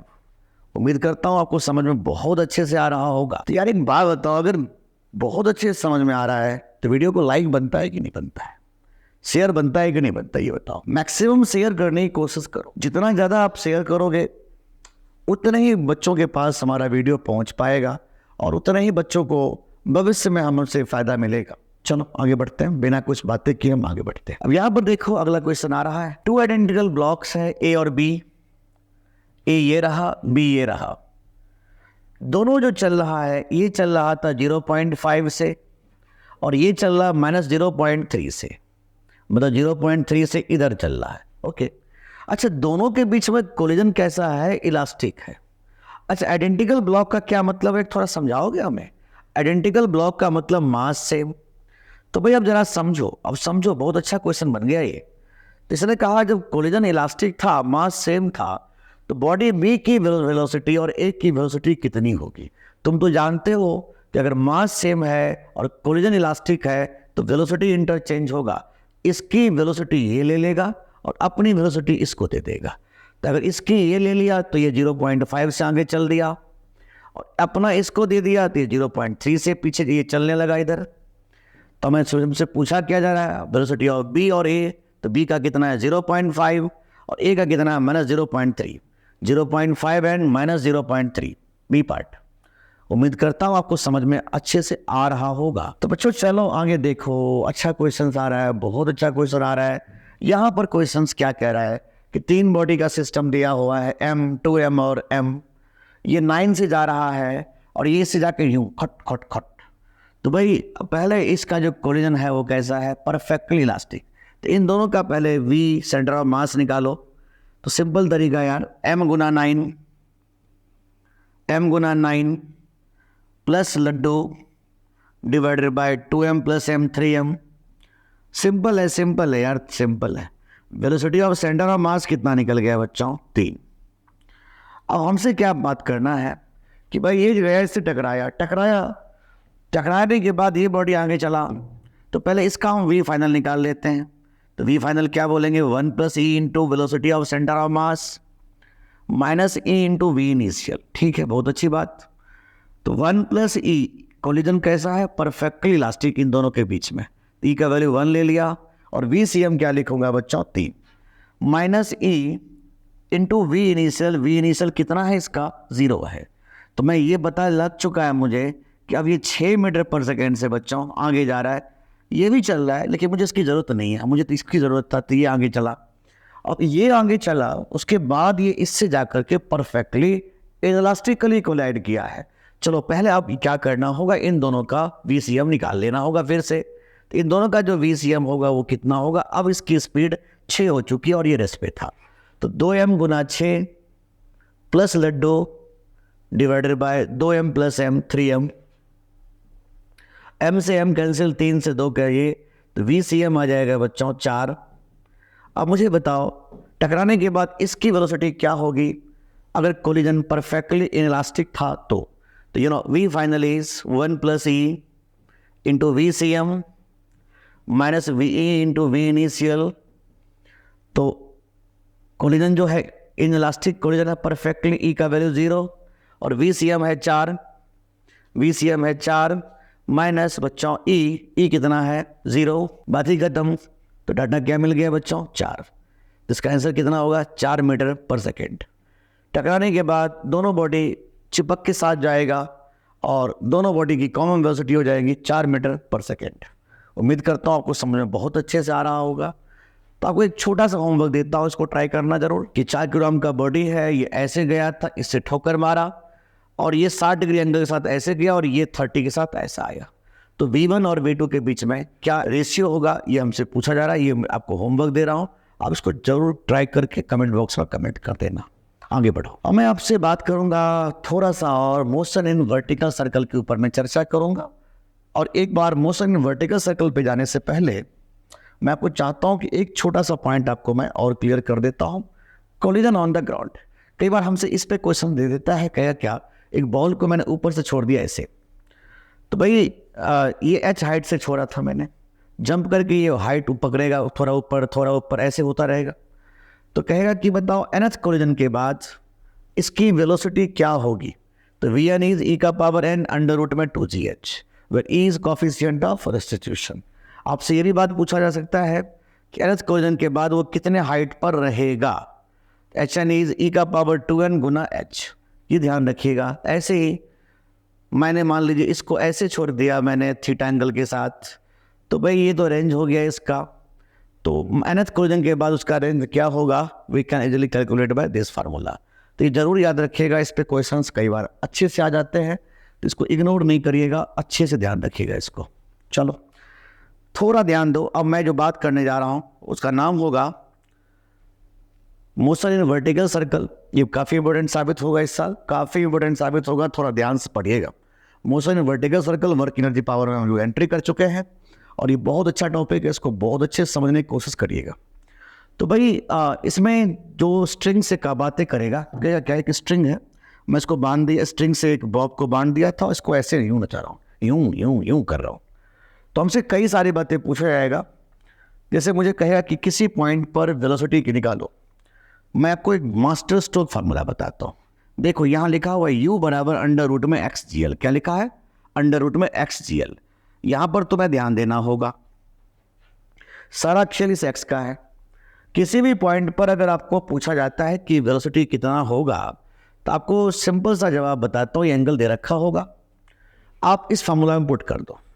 इस x के बदले में जो भी मान लो यहाँ पर 3gl लिखा था, तो x का वैल्यू 3 पुट कर देते, जो भी लिखा वो पुट कर दो, और जितने भी एंगल में पूछ रहा है इसको पुट करो और आंसर निकालो।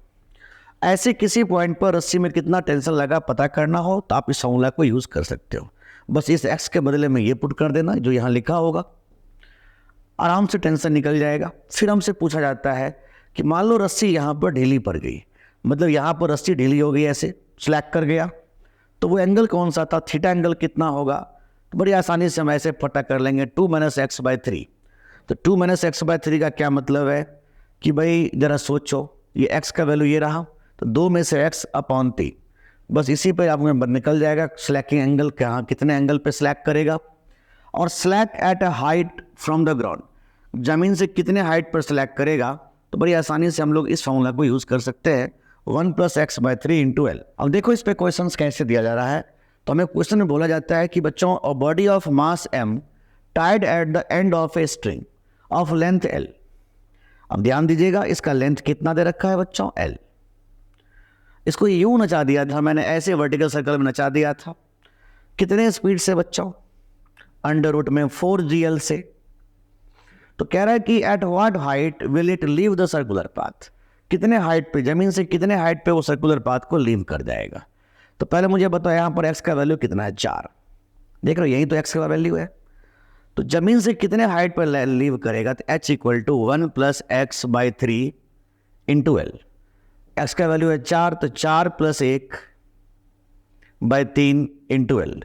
Your answer is 5l/3। जमीन से 5l/3 पर वो लीव कर जाएगा, तो ऐसे क्वेश्चन आएगा तो जरूर कर देना, इसको यूज़ करके फटाफट कर देना जरूर। अगला क्वेश्चन देख लो बच्चों, क्या कहना चाह रहा है, the Bob of a stationary pendulum is given a sharp hit. इस पेंडुलम को मैंने छोटा सा हिट कर दिया, मैंने कितने स्पीड से हिट किया था बच्चों, v बराबर अंडर रूट में 3gl। तो कह रहा है कि बताओ कितने एंगल पे वो स्लैक कर जाएगा, कितने एंगल पे वो स्लैक करेगा। सिंपल तरीका है यार, x का वैल्यू बताओ कितना था, x का वैल्यू 3 था, तो हमने क्या बताया था, देखो चेक करो प्लीज, cos थीटा बराबर 2 - x/3, cos थीटा बराबर 2 - x/3। इस x का वैल्यू पुट कर दो, कितना 3 है ना, तो 2 में से 3/3, cos थीटा इज -1/3, तो थीटा हो जाएगा cos inverse -1/3 and we can easily calculate. उम्मीद करता हूँ आपको समझ में अच्छे से आ रहा होगा। एक छोटा क्वेश्चन और ले लेते हैं। पूछा जाता है कि ये बताओ इतने स्पीड से फेंका मैंने, तो find tension on the string when the string is horizontal. इसके लिए मैंने आपको एक फॉर्मूला यहाँ पर डील किया था, आप देख सकते हो।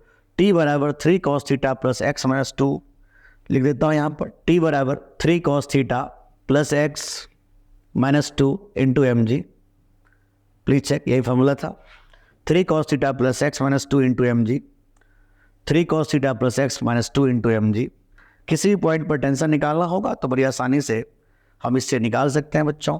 अब यहाँ पर देखो, हमें बोला गया कि जब स्ट्रिंग हॉरिजेंटल हो जाए, अब स्ट्रिंग हॉरिजेंटल होने का क्या मतलब है कि स्ट्रिंग ऐसे हो जाए, यहाँ पर आ जाए, तो ये एंगल कितना होगा 90 डिग्री।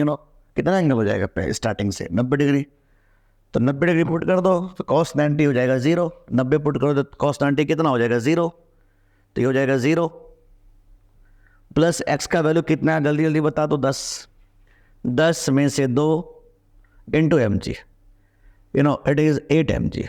उम्मीद करता हूँ आपको समझ में आ रहा होगा। तो इस पॉइंट में मुझे बोला गया कि जब यहाँ पहुँचेगा तो कितना टेंशन हो जाएगा, योर आंसर इज 8 mg। आगे बोला गया the Bob is at it highest point, जब ये बॉब हाईएस्ट पॉइंट पर पहुँच जाए बच्चों, यहाँ पहुँच जाए तो कोई नहीं, सिंपल सा तरीका है, यहाँ पर एंगल कितना होगा 180 डिग्री, तो t बराबर 3 cos 180 डिग्री प्लस x का वैल्यू कितना था 10 माइनस 2 इंटू एम जी।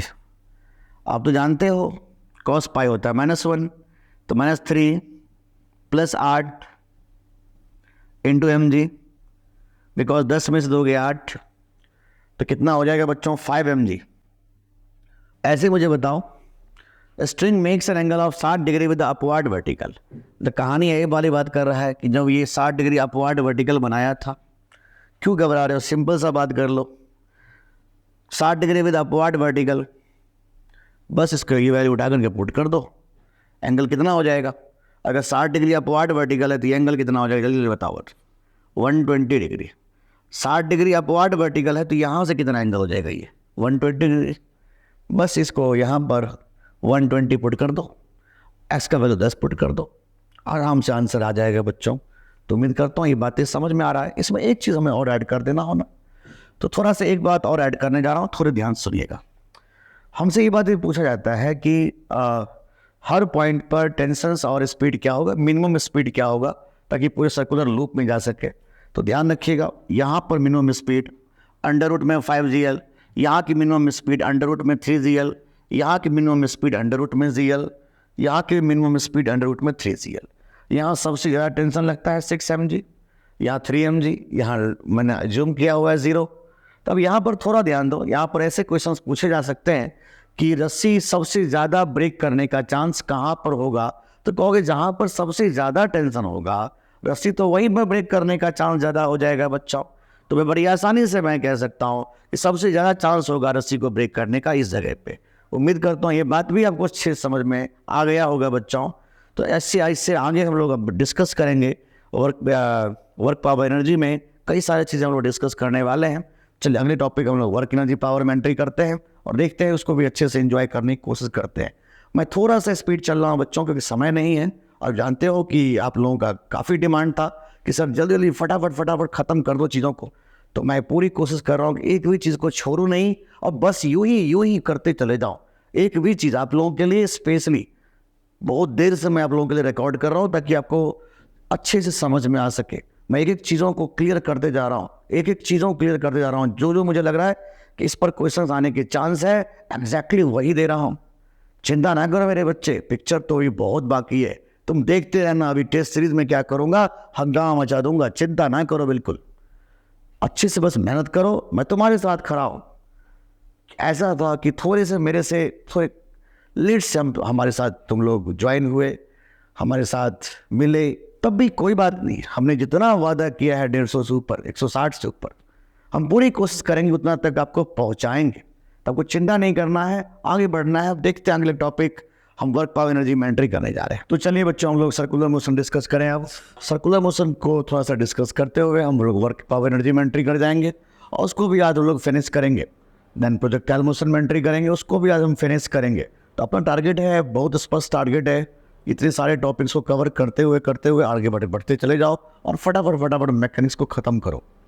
तो देखो, मुझे सर्कुलर मोशन में कई सारी बातों पर ध्यान देना होगा, इसलिए जो की कॉन्सेप्ट है उस पर थोड़ा ध्यान दो सर्कुलर मोशन में मैंने जब जब क्वेश्चन देखा है तुम्हारे नीट में पूछते हुए, तो मैक्सिमम टाइम वो की कॉन्सेप्ट पे क्वेश्चन दिए हैं और सीधा का सीधा फार्मूला के रूप में क्वेश्चन पूछ लेता है। तो क्यों ना हम उस फार्मूला को अच्छे से ध्यान रखें। तो सबसे पहले दो तरीके के सर्कुलर मोशन थे, यूनिफॉर्म और नॉन यूनिफॉर्म। तो नॉन यूनिफॉर्म सर्कुलर मोशन का तो एग्जाम्पल हम लोगों ने कर लिया वर्टिकल सर्कल के रूप में। अब हम लोग यूनिफॉर्म सर्कुलर मोशन की बात करेंगे। तो यूनिफॉर्म सर्कुलर मोशन में सबसे पहली बात बताऊं, acceleration of uniform circular motion होता है -v² cos theta i plus sine theta j in the vector form. ये वेक्टर फॉर्म में है। स्केलर फॉर्म में इसको हम लिख देंगे v² या ω²r। ध्यान दीजिए यहाँ पर एक्सेलेरेशन जो है inversely proportional to R V है और एक्सेलेरेशन जो है वो डायरेक्टली प्रोपोर्शनल भी आर के बराबर है। भाई इसको यूज़ कब करेंगे, इसको और यूज़ कब करेंगे, थोड़ा इसको भी सुन लीजिए। जब कांस्टेंट स्पीड से मूव कर रहा होगा तो आप इसको यूज़ करिए, जब कांस्टेंट एंगुलर वेलोसिटी से मूव करेगा तो आप इसको यूज़ करिए। हमारे सामने में बात उठता है सर्कुलर टर्निंग वाले केस। सर्कुलर टर्निंग के लिए बहुत अच्छा कॉन्सेप्ट बता रहा हूँ, उसको थोड़ा ध्यान देना। जब जब सर्कुलर टर्निंग के क्वेश्चंस आते हैं तो सिंपल फार्मूला बेस्ड क्वेश्चन पूछे जाते हैं। तो और याद रखना कि सर्कुलर टर्निंग में इस सर्कुलर रोड पर चलने के लिए इस व्हीकल को इसकी स्पीड इससे कम या बराबर होनी चाहिए इस सर्कुलर रोड पे। अब यहाँ पर कैसे कैसे क्वेश्चन दे देगा तो समझ लेना। इस आर का वैल्यू मान लो दे दिया है 2 मीटर, मान लो 10 मीटर दे रखा है, तुम्हें म्यू का वैल्यू दे रखा है मान लो 0.5 दिया, तो बोल देगा सेफेस्ट स्पीड क्या होगा, वी कैन इजीली कैलकुलेट। इसलिए इस पर ज़्यादा चर्चा नहीं करेंगे। मैंने कहा ना सर्कुलर मोशन में जब जब क्वेश्चन दिए गए हैं, तो मैंने जब जब नीट में क्वेश्चन देखा है सर्कुलर मोशन, तो बेसिक फार्मूला ही पूछे गए हैं या फार्मूला बेस्ड क्वेश्चन दिए गए हैं। तो ज़्यादा दिमाग लगाने की ज़रूरत नहीं है। आप इस फार्मूला को याद रखिए और जो भी इसमें डाटा दिया हुआ म्यू का आर का पुट करिए और वी का वैल्यू निकालिए। आगे देखते हैं बच्चों, बैंकिंग ऑफ रोड्स का नाम आ रहा है। तो बैंकिंग ऑफ रोड्स में ज़रा ध्यान दीजिएगा, इसमें 3 केस बनते हैं। ये रोड का अपर एंड है, ये रोड का लोअर एंड है बच्चों, और दोनों के बीच में एंगल थीटा होता है। तो यहाँ पर अपने को ध्यान रखना है बैंकिंग एंगल होता है tan थीटा इज v²/rg। तो जब हमें ये पता होता है कि फ्रिक्शन नहीं लग रहा है यहाँ पर, उस वक्त तो सेफेस्ट स्पीड होता है v बराबर √rg tan थीटा। और मैं पूछूंगा कि मान लो कि ये जो v है rg tan थीटा के बराबर नहीं है, या तो बड़ा हो जाए या बराबर हो जाए, तो उस केस में फ्रिक्शन इसको बचाने के लिए आ जाता है। फ्रिक्शन यहाँ पर एब्सेंट नहीं हो पाता है और उस वक्त मैं कहता हूँ कि उसकी क्या सेफेस्ट स्पीड होनी चाहिए जिससे कि ना स्किड करे ना स्लिप करे। तो ये रहा वी मैक्स का वैल्यू, ये रहा, और वी मीन का वैल्यू ये रहा। याद रखें बच्चों, ऑलरेडी ये क्वेश्चन एक बार नीट में आ चुका है, यही वाला क्वेश्चन। तो इसको जरूर ध्यान रखिएगा, जरूर फॉलो करिएगा, बहुत इंपॉर्टेंट साबित होंगे। नेक्स्ट देखो, हम बात करेंगे रोटर का। अच्छा एक बात और बताता हूँ, इस टाइप के क्वेश्चन पूछे कैसे जाएंगे, कुछ नहीं यार, यहाँ पर म्यू दे रखा होगा, एंगल दे रखा होगा, वी मैक्स पूछ लेगा। तो मैं उचित नहीं समझ रहा हूँ फालतू टाइम पास करने का, क्योंकि समय तुम्हारे पास बिल्कुल नहीं है ना बच्चे।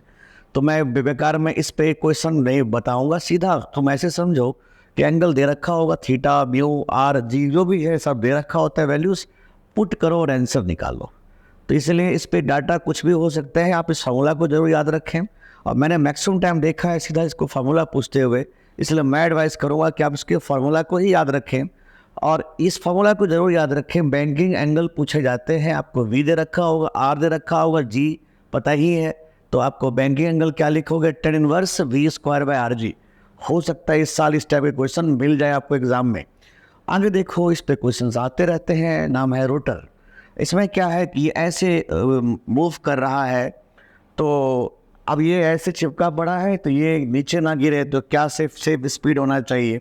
जरा इसका डायग्राम बनाइए। इधर लगेगा नॉर्मल कॉन्टैक्ट फोर्स, ऊपर लगेगा फ्रिक्शन, नीचे लगेगा mg, और ये रहा सेंट्रीपिटल फोर्स, तो mv²/r के बराबर हो गया। तो मैं यहाँ से कह सकता हूँ कि जो n है बच्चों, ये जो n है वो किसके बराबर है, mv²/r। और हम कह सकते हैं ये जो फ्रिक्शन है बच्चों वो mg के बराबर हो जाएगा, ये जो फ्रिक्शन है वो mg के बराबर हो जाएगा बच्चों। तो बड़ी आसानी से हम कह सकते हैं कि फ्रिक्शन mg के बराबर और n mv²/r के बराबर, ताकि व्हीकल बिल्कुल सेफ, ताकि ये जो बॉडी है ये बिल्कुल सेफ रहे। तो f = mg और f का वैल्यू n का वैल्यू कितना था बच्चों, mv²/r, बस पुट कर दिए और नॉर्मल वेट v का वैल्यू निकल गया। मैं आपको एडवाइस करूंगा ये फ्री रिजल्ट को आप याद रखें आपके एग्जाम में। मैंने कहा ना सर्कुलर मोशन की सबसे बड़ी खासियत है कि इसमें जो क्वेश्चंस होते हैं एग्जैक्टली एक जनरलाइज क्वेश्चन होते हैं नीट के एग्जाम में, जनरल वैल्यूज लेकर के ही क्वेश्चन दिए जाते हैं। तो मैं समझाऊंगा, अच्छी तरह से समझा रहा हूँ कि आप जनरल वाले क्वेश्चंस को ज़्यादा करने की कोशिश करें। आप वैल्यूज देकर के क्वेश्चंस पूछने के चांसेस कम होते हैं, डायरेक्टली जनरल वैल्यूज पूछे जाते हैं। चलो कोई नहीं, आगे बढ़ो। अब नाम लेता हूँ हॉरिजॉन्टल सर्कल। ये काफ़ी अच्छा टॉपिक है, इस पे क्वेश्चंस बनते रहते हैं। तो मैंने कहा कि एक हॉरिजॉन्टल सर्कल ये है, एक पेंडुलम था, इसको मैंने ऐसे नचा दिया, ऐसे यूं नचा दिया था, तो ये हो गया हॉरिजॉन्टल सर्कल। तो आपको मैं ज़्यादा दिमाग नहीं लगाने के लिए बोलता हूँ, आपको सिर्फ अगर 2 फार्मूला याद रखोगे सारे काम बन जाएंगे। आप बस इसको याद रखो कि T बराबर होता है m ओमेगा स्क्वायर एल। मैं आपको सलाह दूंगा कि सीधा आप इसको रिजल्ट याद रखो कि T बराबर m ओमेगा स्क्वायर। मैं तो ऐसे समझा देता हूँ हल्का सा क्या हो रहा है। मान लो एंगल थीटा है, इस T को 2 कंपोनेंट तोड़ दो, T cos थीटा और T sin theta. T sin theta is the centripetal force, this T sin theta is m omega square r, और ये r किसके बराबर है बच्चों, तो L sin थीटा। अगर ये L तो ये हो जाएगा L sin थीटा, ये होगा L cos थीटा। तो बच्चों हम कह सकते हैं क्या कि जो जो m ओमेगा स्क्वायर r में यहाँ पर L r के बदले में L sin theta, sine theta से साइन थीटा कैंसिल आउट हो गया, तो T का value m omega square L। और यहाँ से क्या कह सकता हूँ मैं, T cos theta equal to mg। बस दोनों को सॉल्व कर दिया तो ओमेगा निकल गया इतना। और आप जानते हो ओमेगा होता है 2 पाई बाई टाइम पीरियड। तो मैं अगर पूछूं कि इस कोनिकल पेंडुलम का टाइम पीरियड कितना होगा, तो मैं क्या नहीं जल्दी कैलकुलेट, यही तो इसका टाइम पीरियड हो जाएगा बच्चों। अब इस पर क्वेश्चंस आते रहते हैं। जैसे मैंने एक छोटा सा एग्जांपल लिया, इसमें कैसे क्वेश्चन देगा, कहेगा क्या कि इसको मैंने ऐसे घुमा दिया था, ठीक है। इसमें जो टेंशन बियर हो रहा है वो है 324 न्यूटन। अच्छा, इसका जो मास है वो 1/2 किलोग्राम है, और इसका जो लेंथ है वो 1/2 मीटर था। तो बताइए इस ओमेगा का वैल्यू क्या होगा। T बराबर m ओमेगा स्क्वायर एल। मैं तो पहले से बोल चुका हूँ कि T वाला ऐसे हॉरिजॉन्टल सर्कल में टेंशन पूछा जाए तो आप इसको यूज़ कर ले, आपके लिए बहुत फायदेमंद ये रिजल्ट मैंने बताया आपको। तो T का वैल्यू क्या लिखने वाले हैं बच्चों, 324 is 1/2 into omega square, L का वैल्यू भी 1/2। ओमेगा स्क्वायर इज बच्चों 324 गुना 4 मतलब 1296 ओमेगा स्क्वायर। तो ओमेगा हो जाएगा बच्चों 36 रेडियन पर सेकेंड। उम्मीद करता हूँ आपको समझ में आ गया होगा। तो ऐसे क्वेश्चंस आएंगे तो बिल्कुल आप कर लोगे बच्चों। आगे बढ़ो। आपके सामने ऐसा क्वेश्चंस आया है बच्चों, आप इसको कह रहा है कि बताओ एक कंचा है, कंचा समझते, छोटा सा बीट्स बॉल्स। मैंने इस बॉल के अंदर में बॉल को रख दिया था और मैं इसको यूं नचा रहा हूँ ताकि ये बॉल बस यही रहे और ऐसे घूमते रहे। मतलब ये घूम रहा है इसलिए बॉल भी ऐसे ऐसे घूम रहा है इसके रिस्पेक्ट में। तो बिल्कुल ऐसे वैसे ही काम करो। ये रहा नॉर्मल कॉन्टैक्ट फोर्स बच्चा, और ये रहा एंगल थीटा। तो बस आप कह दोगे कि सर ये भी थीटा, ये थीटा, तो ये थीटा, तो ये हो जाएगा n cos थीटा और ये होगा n sin थीटा। यही n sin थीटा हो गया सेंट्रीपिटल फोर्स। इसके रिवर्ट में क्या लगेगा, m ओमेगा स्क्वायर r, नीचे क्या लगेगा mg। तो बिल्कुल पिछले वाला केस बन गया ना बच्चों। आप क्या कहने वाले हो कि जो n sin थीटा होगा वो होगा m omega square r। r तो ये रहा r, और ये r किसके बराबर, मान लो मुझे क्वेश्चन में गिवन है कि ये कैपिटल R है, तो ये हो जाएगा r sin थीटा। बिल्कुल हो जाएगा r sin थीटा, क्योंकि अगर ये r है, मान लो दे रखा है क्वेश्चन में ये r है, तो ये कितना होगा r sin theta. Don't worry, ये से ये कट जाएगा, तो फिर से वही कहानी n equal to m omega square r। दूसरा कहानी क्या बन रहा है बच्चों, n cos थीटा जो है वो mg के बराबर हो गया बच्चों। दोनों को डिवाइड कर दीजिए तो आप कह दोगे 1/cos theta is omega square r by g. तो हमसे ओमेगा का वैल्यू पूछ रहा है बच्चों, तो कह देंगे g by again r cos theta. Same question पिछले वाला जैसा ही था। उम्मीद है आपको ये बात भी समझ में आ चुका होगा। नेक्स्ट बढ़िए। अब यहाँ पर क्वेश्चन में क्या कह रहा है कि इसकी आउटरमोस्ट जो वेलोसिटी है इसका v0 है, तो टेंशंस का रेशियो पूछा जा रहा है। तो आपको बिल्कुल नहीं घबराना चाहिए, आपको ऐसे सोचना चाहिए। इसका FBD बनाइए अच्छे से, इधर लगेगा T1, इधर लग रहा है T2, और इसका मास m है। इसका FBD बनाइए, इधर लग रहा है T2 और इधर लग रहा है बच्चों T3।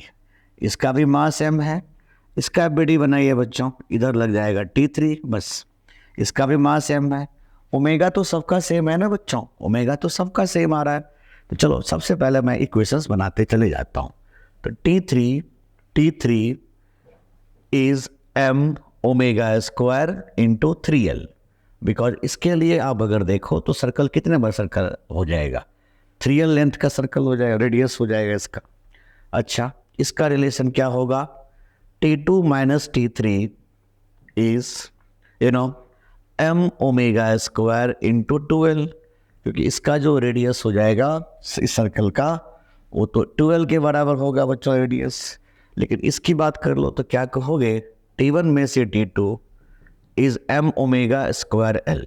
नौ सबको सॉल्व करके आप आराम से बता दीजिए कि T1 T2 T3 का रेशियो क्या होगा, कमेंट बॉक्स में जरूर कमेंट करें। नेक्स्ट बढ़ो। अब यहाँ पर ही एक क्वेश्चन दिया हुआ है, आपको कह रहा है कि stone tied to 180 centimetre long string at its end is making 28 revolution in a horizontal circle. अच्छा, मैं थोड़ा सा हिंट कर देता हूँ, आप इसको जरूर ट्राई करेंगे। ओमेगा स्क्वायर वाला फार्मूला यूज कर लो इसको और आराम से इसको मुझे बताना ओमेगा क्या होता है, 2 पाई बाय टाइम पीरियड। इसको भी कमेंट बॉक्स में कमेंट करना कि इसका आंसर क्या होगा। आगे बढ़ो, हम बात करेंगे अब वर्क पावर एनर्जी पे आ रहे हैं। वर्क पावर एनर्जी को बहुत अच्छे से समझने की कोशिश करेंगे। देखो, वर्क पावर एनर्जी तुम्हारे जेईई मेन में भी आते थे, नीट के तो बहुत अच्छे फेवरेट माने जाते हैं वर्क पावर एनर्जी को। तो वर्क पावर एनर्जी को बहुत अच्छे से समझने की कोशिश करना। तो भाई इसमें क्या है, ध्यान देना, वर्क डन का फार्मूला होता है बच्चों, वर्क डन का फार्मूला होता है फोर्स गुना डिस्प्लेसमेंट। अब ये डिस्प्लेसमेंट क्या है, यही सबसे बड़ा खेल है, इसको समझना। तो ये जो डिस्प्लेसमेंट है वो है displacement of point of application of force in the direction of force. ये जो वर्क डन जो लिखता हूँ मैं FS, इसमें S क्या है, इसमें S क्या है बच्चों, ये S है displacement of point of application of force in the direction of force. इसको ज़रा समझने की कोशिश करना।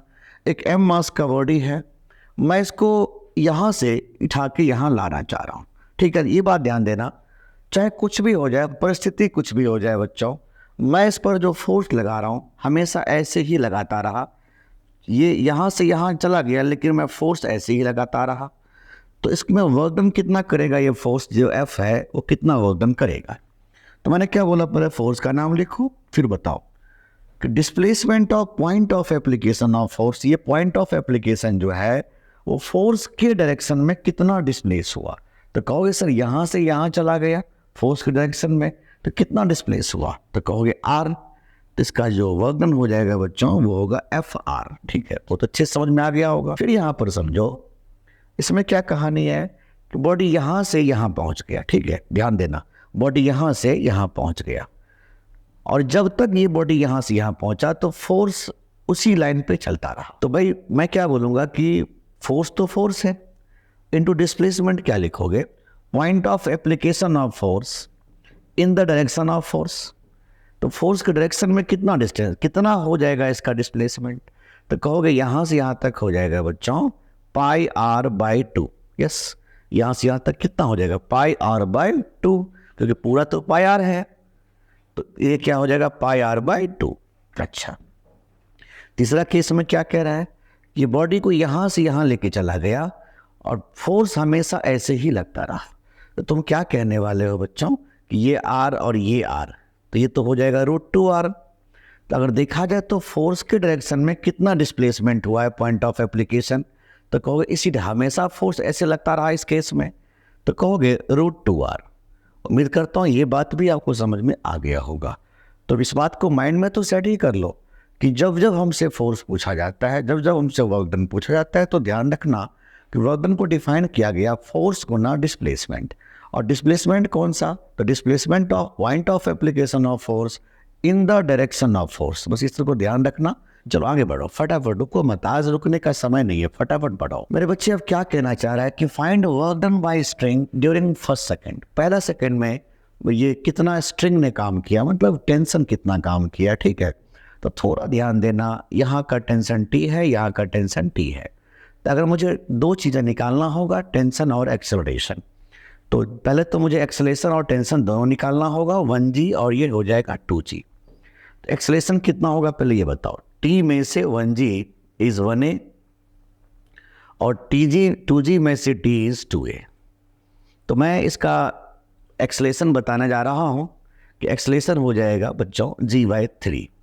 इस a का वैल्यू किसी में भी पुट करो तो टेंशन भी आ जाएगा बच्चों। टेंशन कितना आ जाएगा, 1g प्लस 1a, मतलब g प्लस a का वैल्यू g/3। तो टेंशन आ जाएगा बच्चों 4g/3। उम्मीद करता हूँ टेंशन भी समझ में आ रहा है। तो वर्किंग को कैसे डिफाइन किए हैं, फोर्स का नाम है टेंशन गुना डिस्प्लेसमेंट। अब डिस्प्लेसमेंट कैसे निकालेंगे सोचो, S बराबर ut plus half at²। u कितना है बच्चों 0 और एक्सेलेरेशन कितना है बच्चों, अभी भी निकाले हैं g/3 गुना टाइम कितना 1 सेकेंड पे बात कर रहा है वो। तो बस कुछ मत सोचो, टेंशन हो जाएगा 4g/3 और 1 सेकेंड पे वो कितना डिस्प्लेसमेंट किया है, तो कहोगे g/, देखो s बराबर ut plus half at², half गुना g/3 मतलब कितना हुआ g/6। ना सॉल्व इट, कितना हो जाएगा सॉल्व हो जाएगा, देख लीजिए कितना आंसर आएगा। उम्मीद करता हूँ ये बात भी समझ में आ गया होगा। अब यहाँ पर देखो, जब ऐसे क्वेश्चन आते हो तो कैसे करेंगे। आप तो जानते हो कि वर्क डन को डिफाइन किया गया है F.R। जब ऐसे क्वेश्चंस आते हैं तो आप इसको जरूर याद रखें कि वर्क डन को ऐसे भी डिफाइन किया गया है F.R। R क्या है, डिस्प्लेसमेंट। तो सबसे पहले मुझे R डिस्प्लेसमेंट निकालना होगा। R कैसे निकालोगे, R2 में से R1। पहले पोजीशन क्या था और अब के पोजीशन क्या था। पहले पोजीशन ये था और अब की पोजीशन कहाँ आ गया बच्चों, यहाँ। दोनों को घटा दीजिए तो कितना हो गया, 14 में से 3 गया तो 11। अच्छा जी, 13 में से 2 गया तो 11 और 9 में से -6 गया तो 15। माइनस ऑफ माइनस तो प्लस हो जाएगा। तो ये बच्चों ये हो गया इसका डिस्प्लेसमेंट। और मुझे क्या पता करना है, वर्क डन। तो वर्क डन का फॉर्मूला क्या होता है, F.R। तो मैं ऐसे लिखने वाला हूँ, फोर्स है इतना। फोर्स कितना है बच्चों, इतना।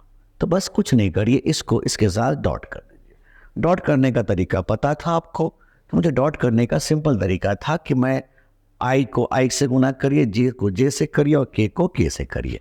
तो 4 गुना 11 कितना हुआ, 44 प्लस 1 गुना 11 कितना हुआ, 11 प्लस 3 गुना 15 कितना हुआ बच्चों, 45। तो बच्चा बताइए कितना हो गया, 100 जूल। तो क्या ऐसे क्वेश्चन आएगा तो आप जरूर कर देंगे कि नहीं कर देंगे। तो आपको याद रहना चाहिए बच्चे ये बात कि ऐसे क्वेश्चंस आने ही आने आपके एग्जाम में और आपको बिल्कुल करने हैं। तो आप याद रखें वर्क डन कैसे निकालते हैं, F.R। फिर आगे बढ़ो, आपके सामने में ऐसे भी क्वेश्चंस पूछे जाएंगे। तो आपको ये बात भी ध्यान देना है कि वर्क डन का फॉर्मूला ये भी होता है F.DR का इंटीग्रेशन। ठीक है, F.DR का इंटीग्रेशन। सिंपल बात करिएगा, यहाँ पर फोर्स वेरिएबल दे रखा है, F कितना दे रखा है बच्चों, x plus x³ into dx। यही लगा दिया, F.dx लगा दिया मैंने। कहाँ से कहाँ तक बच्चों, x=0 से x=2। बस इसको सॉल्व कर दीजिए और कुछ नहीं करना था। इंटीग्रेशन आता है ना, x dx का इंटीग्रेशन हो जाएगा x²/2 0 से लेके 2 तक। और x³ का इंटीग्रेशन कितना हो जाएगा बच्चों, x का पावर 4/4 0 से लेके 2 तक। कुछ नहीं करना था, अपर लिमिट में से लोअर लिमिट कर दीजिए, तो ये हो गया हाफ 2 का पावर 2 -0 प्लस 1/4 2 का पावर 4। देख रहे हैं x का वैल्यू 2 पुट किया -0। कुछ नहीं सोचना अब तो वर्क डन कितना लिखेंगे आप, हाफ, ये हो जाएगा 4 प्लस 1/4 2 का पावर 4 कितना हो गया, 16। 4 4 2 2। तो बच्चों कितना हो गया, सोच के देखो, ये 2 और वो 4, 6 जूल। तो उम्मीद करता हूँ आपको समझ में अच्छे से आ गया होगा। आगे बढ़ो बच्चों, रुको मत। यहाँ पर फिर से कह रहा है कि when a rubber band is stretched by a distance x, it exerts a restoring force F equal to ax plus bx²। तो work done in stretching the unstretched rubber by rubber band by length L is।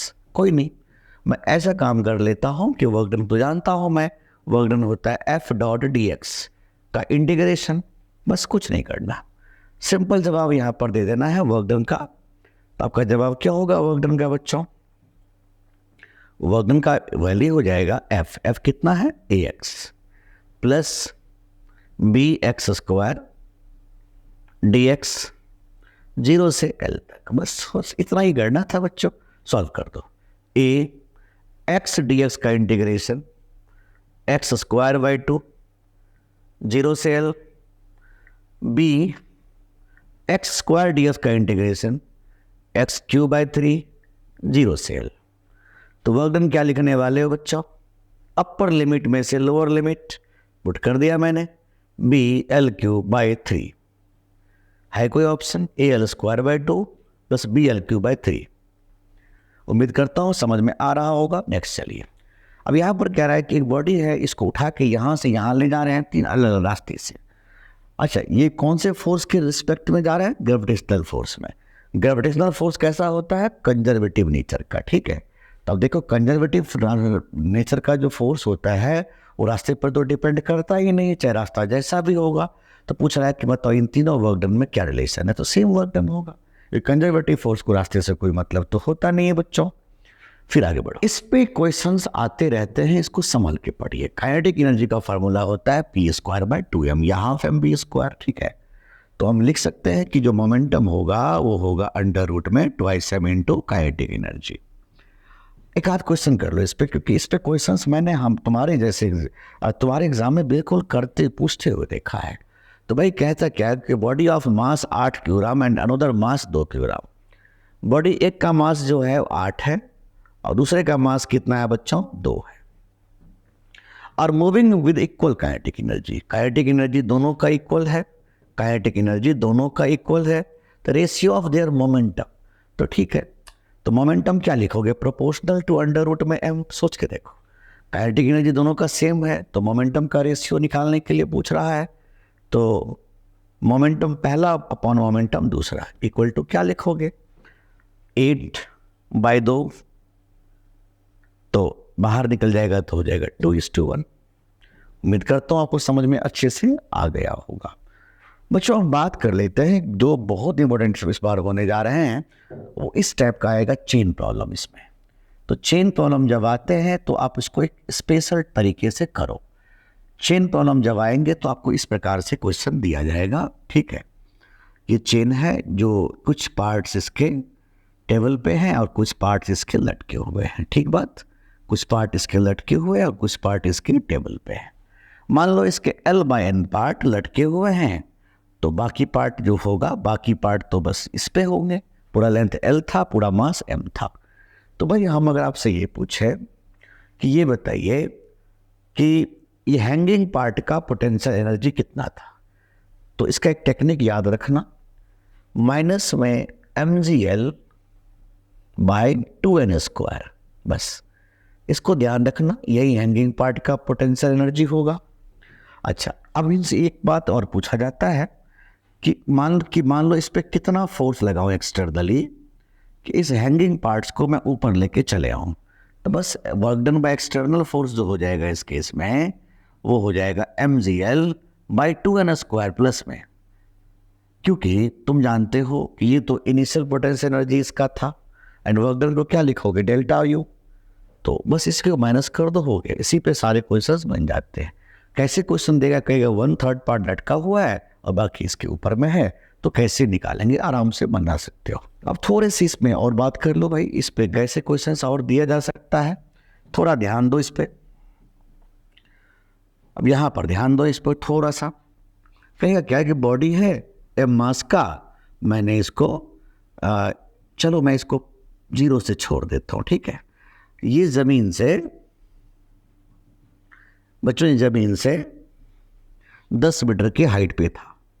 तो पूछा क्या जाएगा कि ये बताओ कि जब ये बॉल यहाँ पहुँचेगा बच्चों, ठीक है, जो कि ज़मीन से 5 मीटर की हाइट पे था, तो इसकी वेलोसिटी क्या होगी? इसकी वेलोसिटी क्या होगी? अब ऐसे केस को कैसे डील करेंगे, जरा ध्यान सुनिएगा। हम ऐसे कहेंगे जितनी मैकेनिकल एनर्जी यहाँ उतनी मैकेनिकल एनर्जी यहाँ, तो mechanical energy initial equal to mechanical energy final. अब मैकेनिकल एनर्जी का क्या मतलब होता है? Kinetic plus potential. तो kinetic energy at A plus potential energy at A is kinetic energy at B plus potential energy at B. जितनी kinetic energy वहाँ उतनी काइनेटिक एनर्जी यहाँ पर भी होगा। तो भाई हम कह सकते हैं कि यहाँ की काइनेटिक एनर्जी कि जितनी kinetic energy plus potential energy यहाँ, थोड़ा अपडेट करना इस बात को, जहाँ जितना kinetic energy plus potential energy यहाँ उतना ही kinetic energy plus potential energy यहाँ। तो half m v A square plus m g h one is half m v we square plus m g h two. M cancel कर दो, बस value put करना है। वी ए का value 0 दे रखा है बच्चों, और जी H1 कितना दे रखा है, इस रेफरेंस से देखिए कितने हाइट पे है, 10 मीटर की हाइट पे है, तो लिख दिया 10 इज इक्वल टू। अब यहाँ पर आप देख सकते हो यही तो पूछा जा रहा है हमसे, तो V we square by 2 plus g का वैल्यू क्या लिखेंगे बच्चों 10, जी का 10 जी रहना दो इंटू 5, बस सॉल्व कर दीजिए इसको, ये इधर जाएगा तो ये हो जाएगा जी ओनली 5, 10 में से 5 5 is V we square by 2।